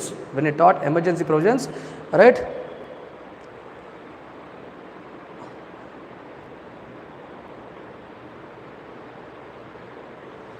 alright, under emergency provisions, right, I have clearly mentioned that for a maximum of 3 years the president rule can be imposed. Okay, so this is one thing.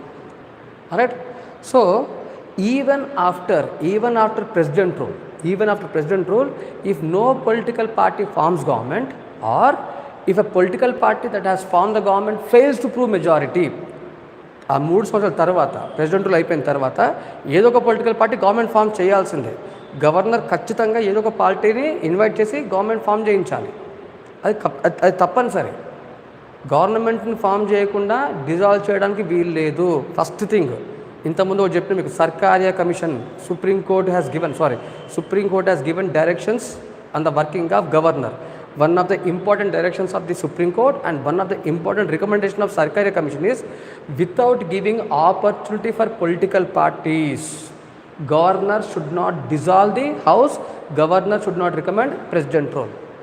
Right, political parties ki opportunity ఇచ్చిన తర్వాతనే political parties government form చేసి ఒకవేళ majority prove చేసుకోకపోతే అప్పుడు మాత్రమే president రూల్ని recommend చేయాలి.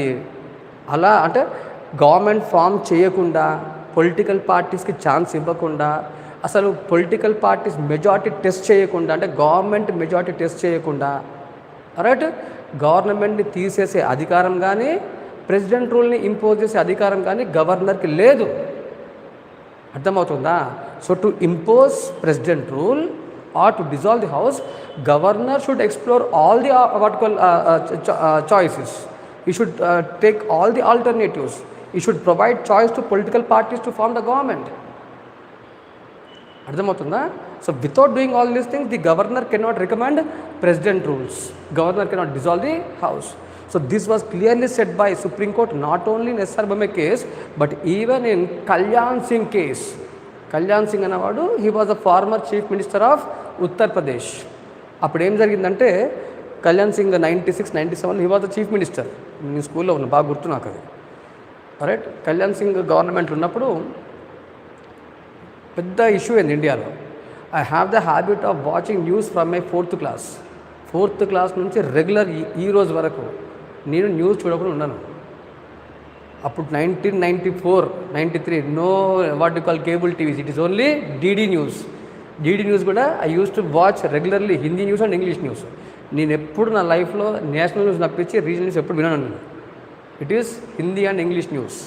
ఈరోజు కూడా still I watch DD news. We have a separate channel of DD news. DD న్యూస్లో చాలా మంచి ఆర్టికల్స్ ఉంటాయి, మీకు గుర్తుపెట్టుకోండి. యూపీఎస్సీ బాగా ప్రిపేర్ కావాలి అంటే watch sunset TV, watch DD news. You have a very good discussions. UPSC civils mains కావాల్సిన మంచి మంచి డిబేట్స్ మీకు అలా దొరుకుతాయి. Right. So Kalyan Singh government ఏం చేసిందంటే, అప్పుడు గవర్నర్ రైట్ రామేశ్వర్ ఠాకూర్ ఎవరో గవర్నర్ ఉండే. గవర్నర్ ఏం చేసిందంటే, without giving opportunity to test the majority to the government, he remove the chief minister. అంటే గవర్నమెంట్ మెజారిటీ టెస్ట్ చేయకుండా, గవర్నమెంట్కి ఆపర్చునిటీ ఇవ్వకుండా గవర్నమెంట్ని తీసేసాను. సో కళ్యాణ్ సింగ్ వెంట సుప్రీంకోర్టు అప్పుడు ఇచ్చిన జడ్జిమెంట్ ఏంటంటే, if governor want to remove the government, there should be a test of majority which is popularly called as floor test. It is called as floor test. So ఈ floor test అన్న పదము ఇప్పుడు కూడా మనకు చాలా కామన్గా వాడతాం. Right, in our daily news we see this word of floor test. Floor test అన్న పదము it was given by supreme court in Kalyan Singh case. Right. So supreme court in right it was in Kalyan Singh case. Supreme Court clearly said that no government can be removed without having a floor test. Floor test means what? Test of majority. Bala nirupana, right? House lo bala nirupana jaragakunda, right? మన బల నిరూపణ పరీక్ష జరగకుండా government తీసేయడానికి వీలు లేదు. Governor power ఉండొచ్చు, governor may have power, but governor should not act without testing majority. This was said by supreme court in Kalyan Singh case, and before Kalyan Singh it was in SR Bommai case, and it was one of the recommendations given by what you call SR Bommai case. It was recommendation of SR Bommai case. ఇవి ఖచ్చితంగా ఎగ్జామ్లో పడాలి. మీరు governor గురించి answers రాసేటప్పుడు నా note నుంచి వచ్చే ప్రతి కేసుని మీరు ఎగ్జామ్లో రాయాలి. చాలా ఇంపార్టెంట్. అలా రాస్తేనే మార్క్స్ పడతాయి. రైట్. ఆన్సర్స్ ఏదో ఉత్తగా జనరల్గా రాయడం కాదు. పాలిటీలో ఆన్సర్స్ రాసేటప్పుడు ఖచ్చితంగా సుప్రీంకోర్టు జడ్జిమెంట్స్, ఆర్టికల్స్, అమెండ్మెంట్స్, మీరు ఒక 150 వర్డ్స్ ఒక 5 పాయింట్స్ రాసినప్పుడు కనీసం 3 పాయింట్లు కనపడ్డాయి అనుకోండి, 80% మార్క్స్ పడతాయి. ఎవరైతే ఫస్ట్ నుంచి ఈ హ్యాబిట్ ఇంకల్కేట్ చేసుకుంటారో, ఎవరైతే ఫస్ట్ నుంచి ఇది అలవాటు చేసుకుంటారో వాళ్ళే రేపు సివిల్స్ కొట్టేది. Right. So this is what you should do. Right. So dissolution of the house cannot be done by governor without giving opportunity to the political parties. Right. So without giving opportunity to political parties for forming the government, right, the governor cannot take the action, or governor cannot remove the governments. Am I clear? So this is what about summoning, proroguing and dissolution. Am I clear to you? Right, the one who is online, please do give me the answers, please do respond. All right. So this is what about one power of governor. So it is a governor who nominates members to both legislative assembly as well as legislative council. So power of governor to nominate members.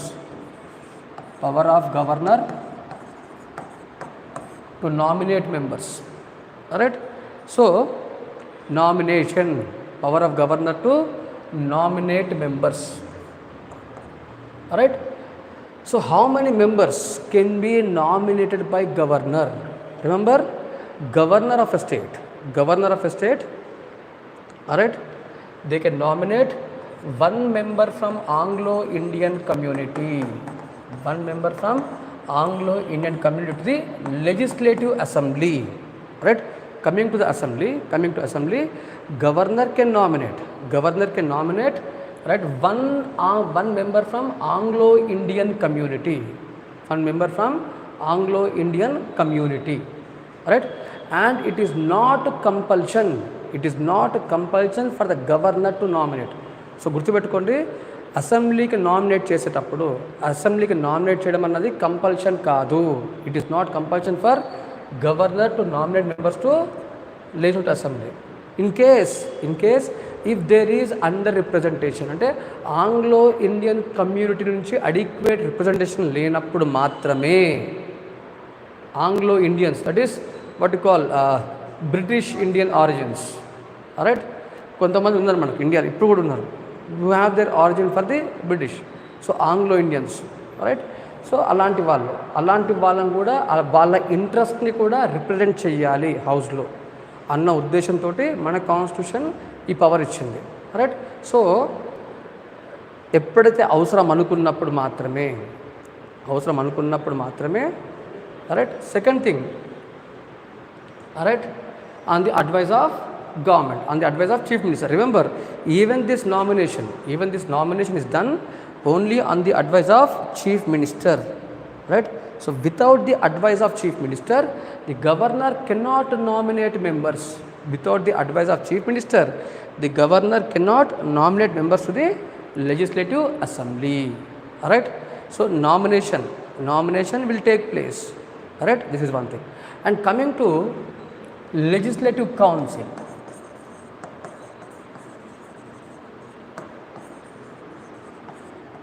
విధాన పరిషత్, right, council అంటాం తెలుగులో, నార్మల్గా మనం వాడే పదమే councils, right, legislative council. So in case of council, governor can nominate 1/6 of total members, right. In case of council 5/6 are elected. In case of council, 5/6 are elected and 1/6 are nominated. 5/6 are elected and 1/6 are nominated, right? So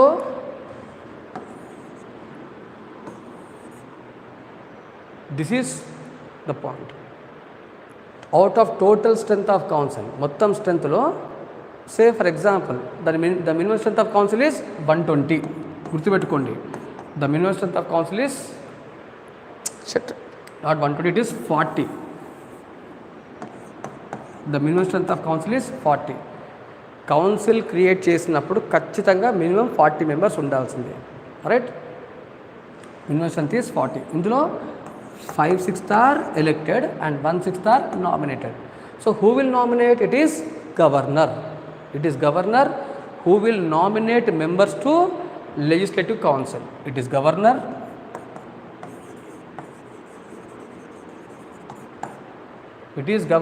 who will nominate members to the council.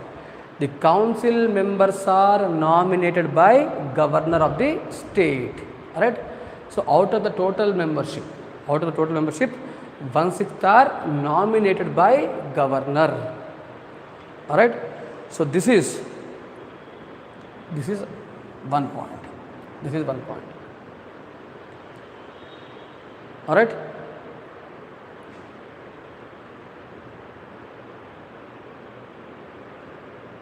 Right. So he governor has the power to nominate one member to assembly and 1/6 to council. All right. One member from Anglo-Indian community and 1/6 eminent members. It can be from different walks of life, literature, art, architecture, all right, dance, movies, cinema, either field, science, sports, all right. 1/6 of members. All right. So coming to your doubt, Shashidhar, it is in case of union. It is in the case of union where Narendra Modi government has discontinued the practice of nominating members to Lok Sabha, right? It was in union where, right, the Anglo-Indians, right, Anglo-Indians nomination to Lok Sabha was discontinued. But it is not permanent. It is not permanent because tomorrow if government change and if new government comes, say for example if Congress comes into power, if Congress government comes into power, again it will make changes. ఇవాళ బీజేపీకి Anglo ఇండియన్స్ని వద్దని చెప్పింది, రేపు Congress government వచ్చినాక లేదు కావాలని చెప్పుకోవచ్చు. అది వాళ్ళ ఇష్టం. ఏ పొలిటికల్ పార్టీ పవర్లు ఉంటే వాళ్ళకి నచ్చినట్టు వాళ్ళు కాన్స్టిట్యూషన్ మార్చుకుంటూ పోవచ్చు, అంతే కదా. Right, our constitution is very flexible. Bend it like Beckham, ఇష్టం ఉన్నట్టు బెండ్ చేసుకోవచ్చు దాన్ని. Right, what is bend it like Beckham? అదొక సినిమా పేరు, ఒక హాలీవుడ్ మూవీ. అది 2007లో వచ్చింది, 2007-8లో వచ్చింది. Bend it like Beckham. Right, అంటే నేను సివిల్స్ మెయిన్స్ రాసే టైంలో వచ్చింది అది. రైట్, ఇష్టం అన్నట్టు బెండ్ చేసుకోవచ్చు మనం. Right, so this is about nomination. Right, so coming to what you call another powers, governor has every power, he has every right to address the state legislature. Right, he has right to address, he has the right to send message, he has the right to speech in legislature. That is, he can convene a special sessions of the state legislature to give his address. So normally after every general election in India we have a tradition. ప్రతి elections అయిపోయిన ప్రతి first day of first session ఉంటుంది కదా, ఆ సెషన్ని it starts with address of governor. అంటే speech, governor వచ్చి speech ఇవ్వడం. ఇది కామన్ పద్ధతి. ఈవెన్ మీరు పార్లమెంట్ తీసుకుంటే president will give the speech. In case of state it is governor will give the speech. Right, so the first session, the first day of the first session after general elections, it will start with speech of President of India or governor of the state. Not only this, budget sessions, even if you take budget sessions, these budget sessions starts with the speech of governor. అంటే మనకున్న రెండు traditions, ఆనవాయితీలు ఏంటిదంటే, ఒకటేమో after general elections, ఇంకొకటి ఏంటిది budget sessions. ఇవే కాకుండా not only this, right, the governor can convene the special sessions of state legislature. So governor has the power to convene, he can someone the what you call house. ఇంతకుముందు చదువుకున్నాం మనం, governor has the power to someone, prorogue and dissolve. అంటే అర్థం ఏంటిది, governor has every power to have a special session of parliament. They can have a special session of parliament, special session of state legislature. Right, so they can have, governor has every power to convene a special session of state legislature. He can give the speech, he can address the house. ఒక special సెషన్ని convene చేసుకొని దాంట్లో తన speech ఇవ్వచ్చు అవసరమైనప్పుడల్లా. Right, so ఇలా special సెషన్స్ని convene చేయాలని చెప్పేది ఎవరు? ఒకరు అడ్వైజ్ ఆఫ్ చీఫ్ మినిస్టర్ లేదా ప్రెసిడెంట్ డైరెక్షన్స్. గుర్తుపెట్టుకోండి. రైట్, ఇక్కడ సీఎం ఒకటే కాదు, ప్రెసిడెంట్ కూడా గవర్నర్ని డైరెక్ట్ చేసుకోవచ్చు. Right, so president has every power to direct the governor to have a special sessions of state legislature. Not only this, he can send a message to the what you call state legislature. Through whom the governor will send the message? Through his government, that is chief minister, or through his ministers, because ministers are appointed by governor and ministers work at the pleasure of governor. అంటే ministers అంటే ఎవరి దూతలు? Right, governor దూతలు, messengers వాళ్ళు. Right, so the message of governor is sent to the house by the minister and what you call other chief minister. So governor has the right to send message, he can address, he can speech, he can send messages. Alright, so this is one power. So for now I'll stop the class here, alright, because some of the students are waiting for me. Alright, I'll stop the class here for today. Alright, so what we have covered in today's class is, we have completed appointment of governor, right, removal of governor, right, executive powers of governor, and we are in legislative powers of governor. Okay, and we have seen the debate on the working of governor, the controversial role of governor. Right, so this is what we have discussed in today's class. So for now I'll start the class. Message about the working of government. Normally, it is about the Sonta Dabba. Right? It is about the Dabba of government. Right? Dabba రాసేది chief మినిస్టరే. Right? చెప్పించేది governor నోటి నుంచి. Right? ఇదే కదా తమిళనాడులో issue అయింది. Tamil Nadu governor ఏం చేసిండంటే chief minister message రాసి ఇచ్చిండు. గవర్నర్ ఏం చేసిండు, దాన్ని చదివేటప్పుడు మొత్తం చదవలేదు, కొన్ని స్కిప్ చేసిండు. రైట్? స్టాలిన్ రాసి ఇచ్చిన మొత్తం మెసేజ్ చదవకుండా కొన్నిటి స్కిప్ చేసిండు, కావాలని వాటిని స్కిప్ చేసిండు. ఇది గవర్నమెంట్ నచ్చలేదు. They have complaint against the governor. ఇదే పెద్ద ఇష్యూ అయింది తమిళనాడులో. నార్మల్గా గవర్నమెంట్ ఏది రాసిస్తే అది చదవాల్సిన బాధ్యత గవర్నర్ది. కానీ గవర్నర్ ఏం చేసిండు, చాలా మైండ్ యూజ్ చేసిండు, మొత్తం చదవకుండా సమ్ ఆఫ్ ద స్పీచ్ని he has skipped it. Right? ఓకేనా Shashidhar? Your doubt? Okay for now. So have you enjoyed the class? The one who are in online, have you enjoyed the class? Your Jagadish Kottabbai. Right? అర్థమైందా class? అర్థమవుతుందా? Done.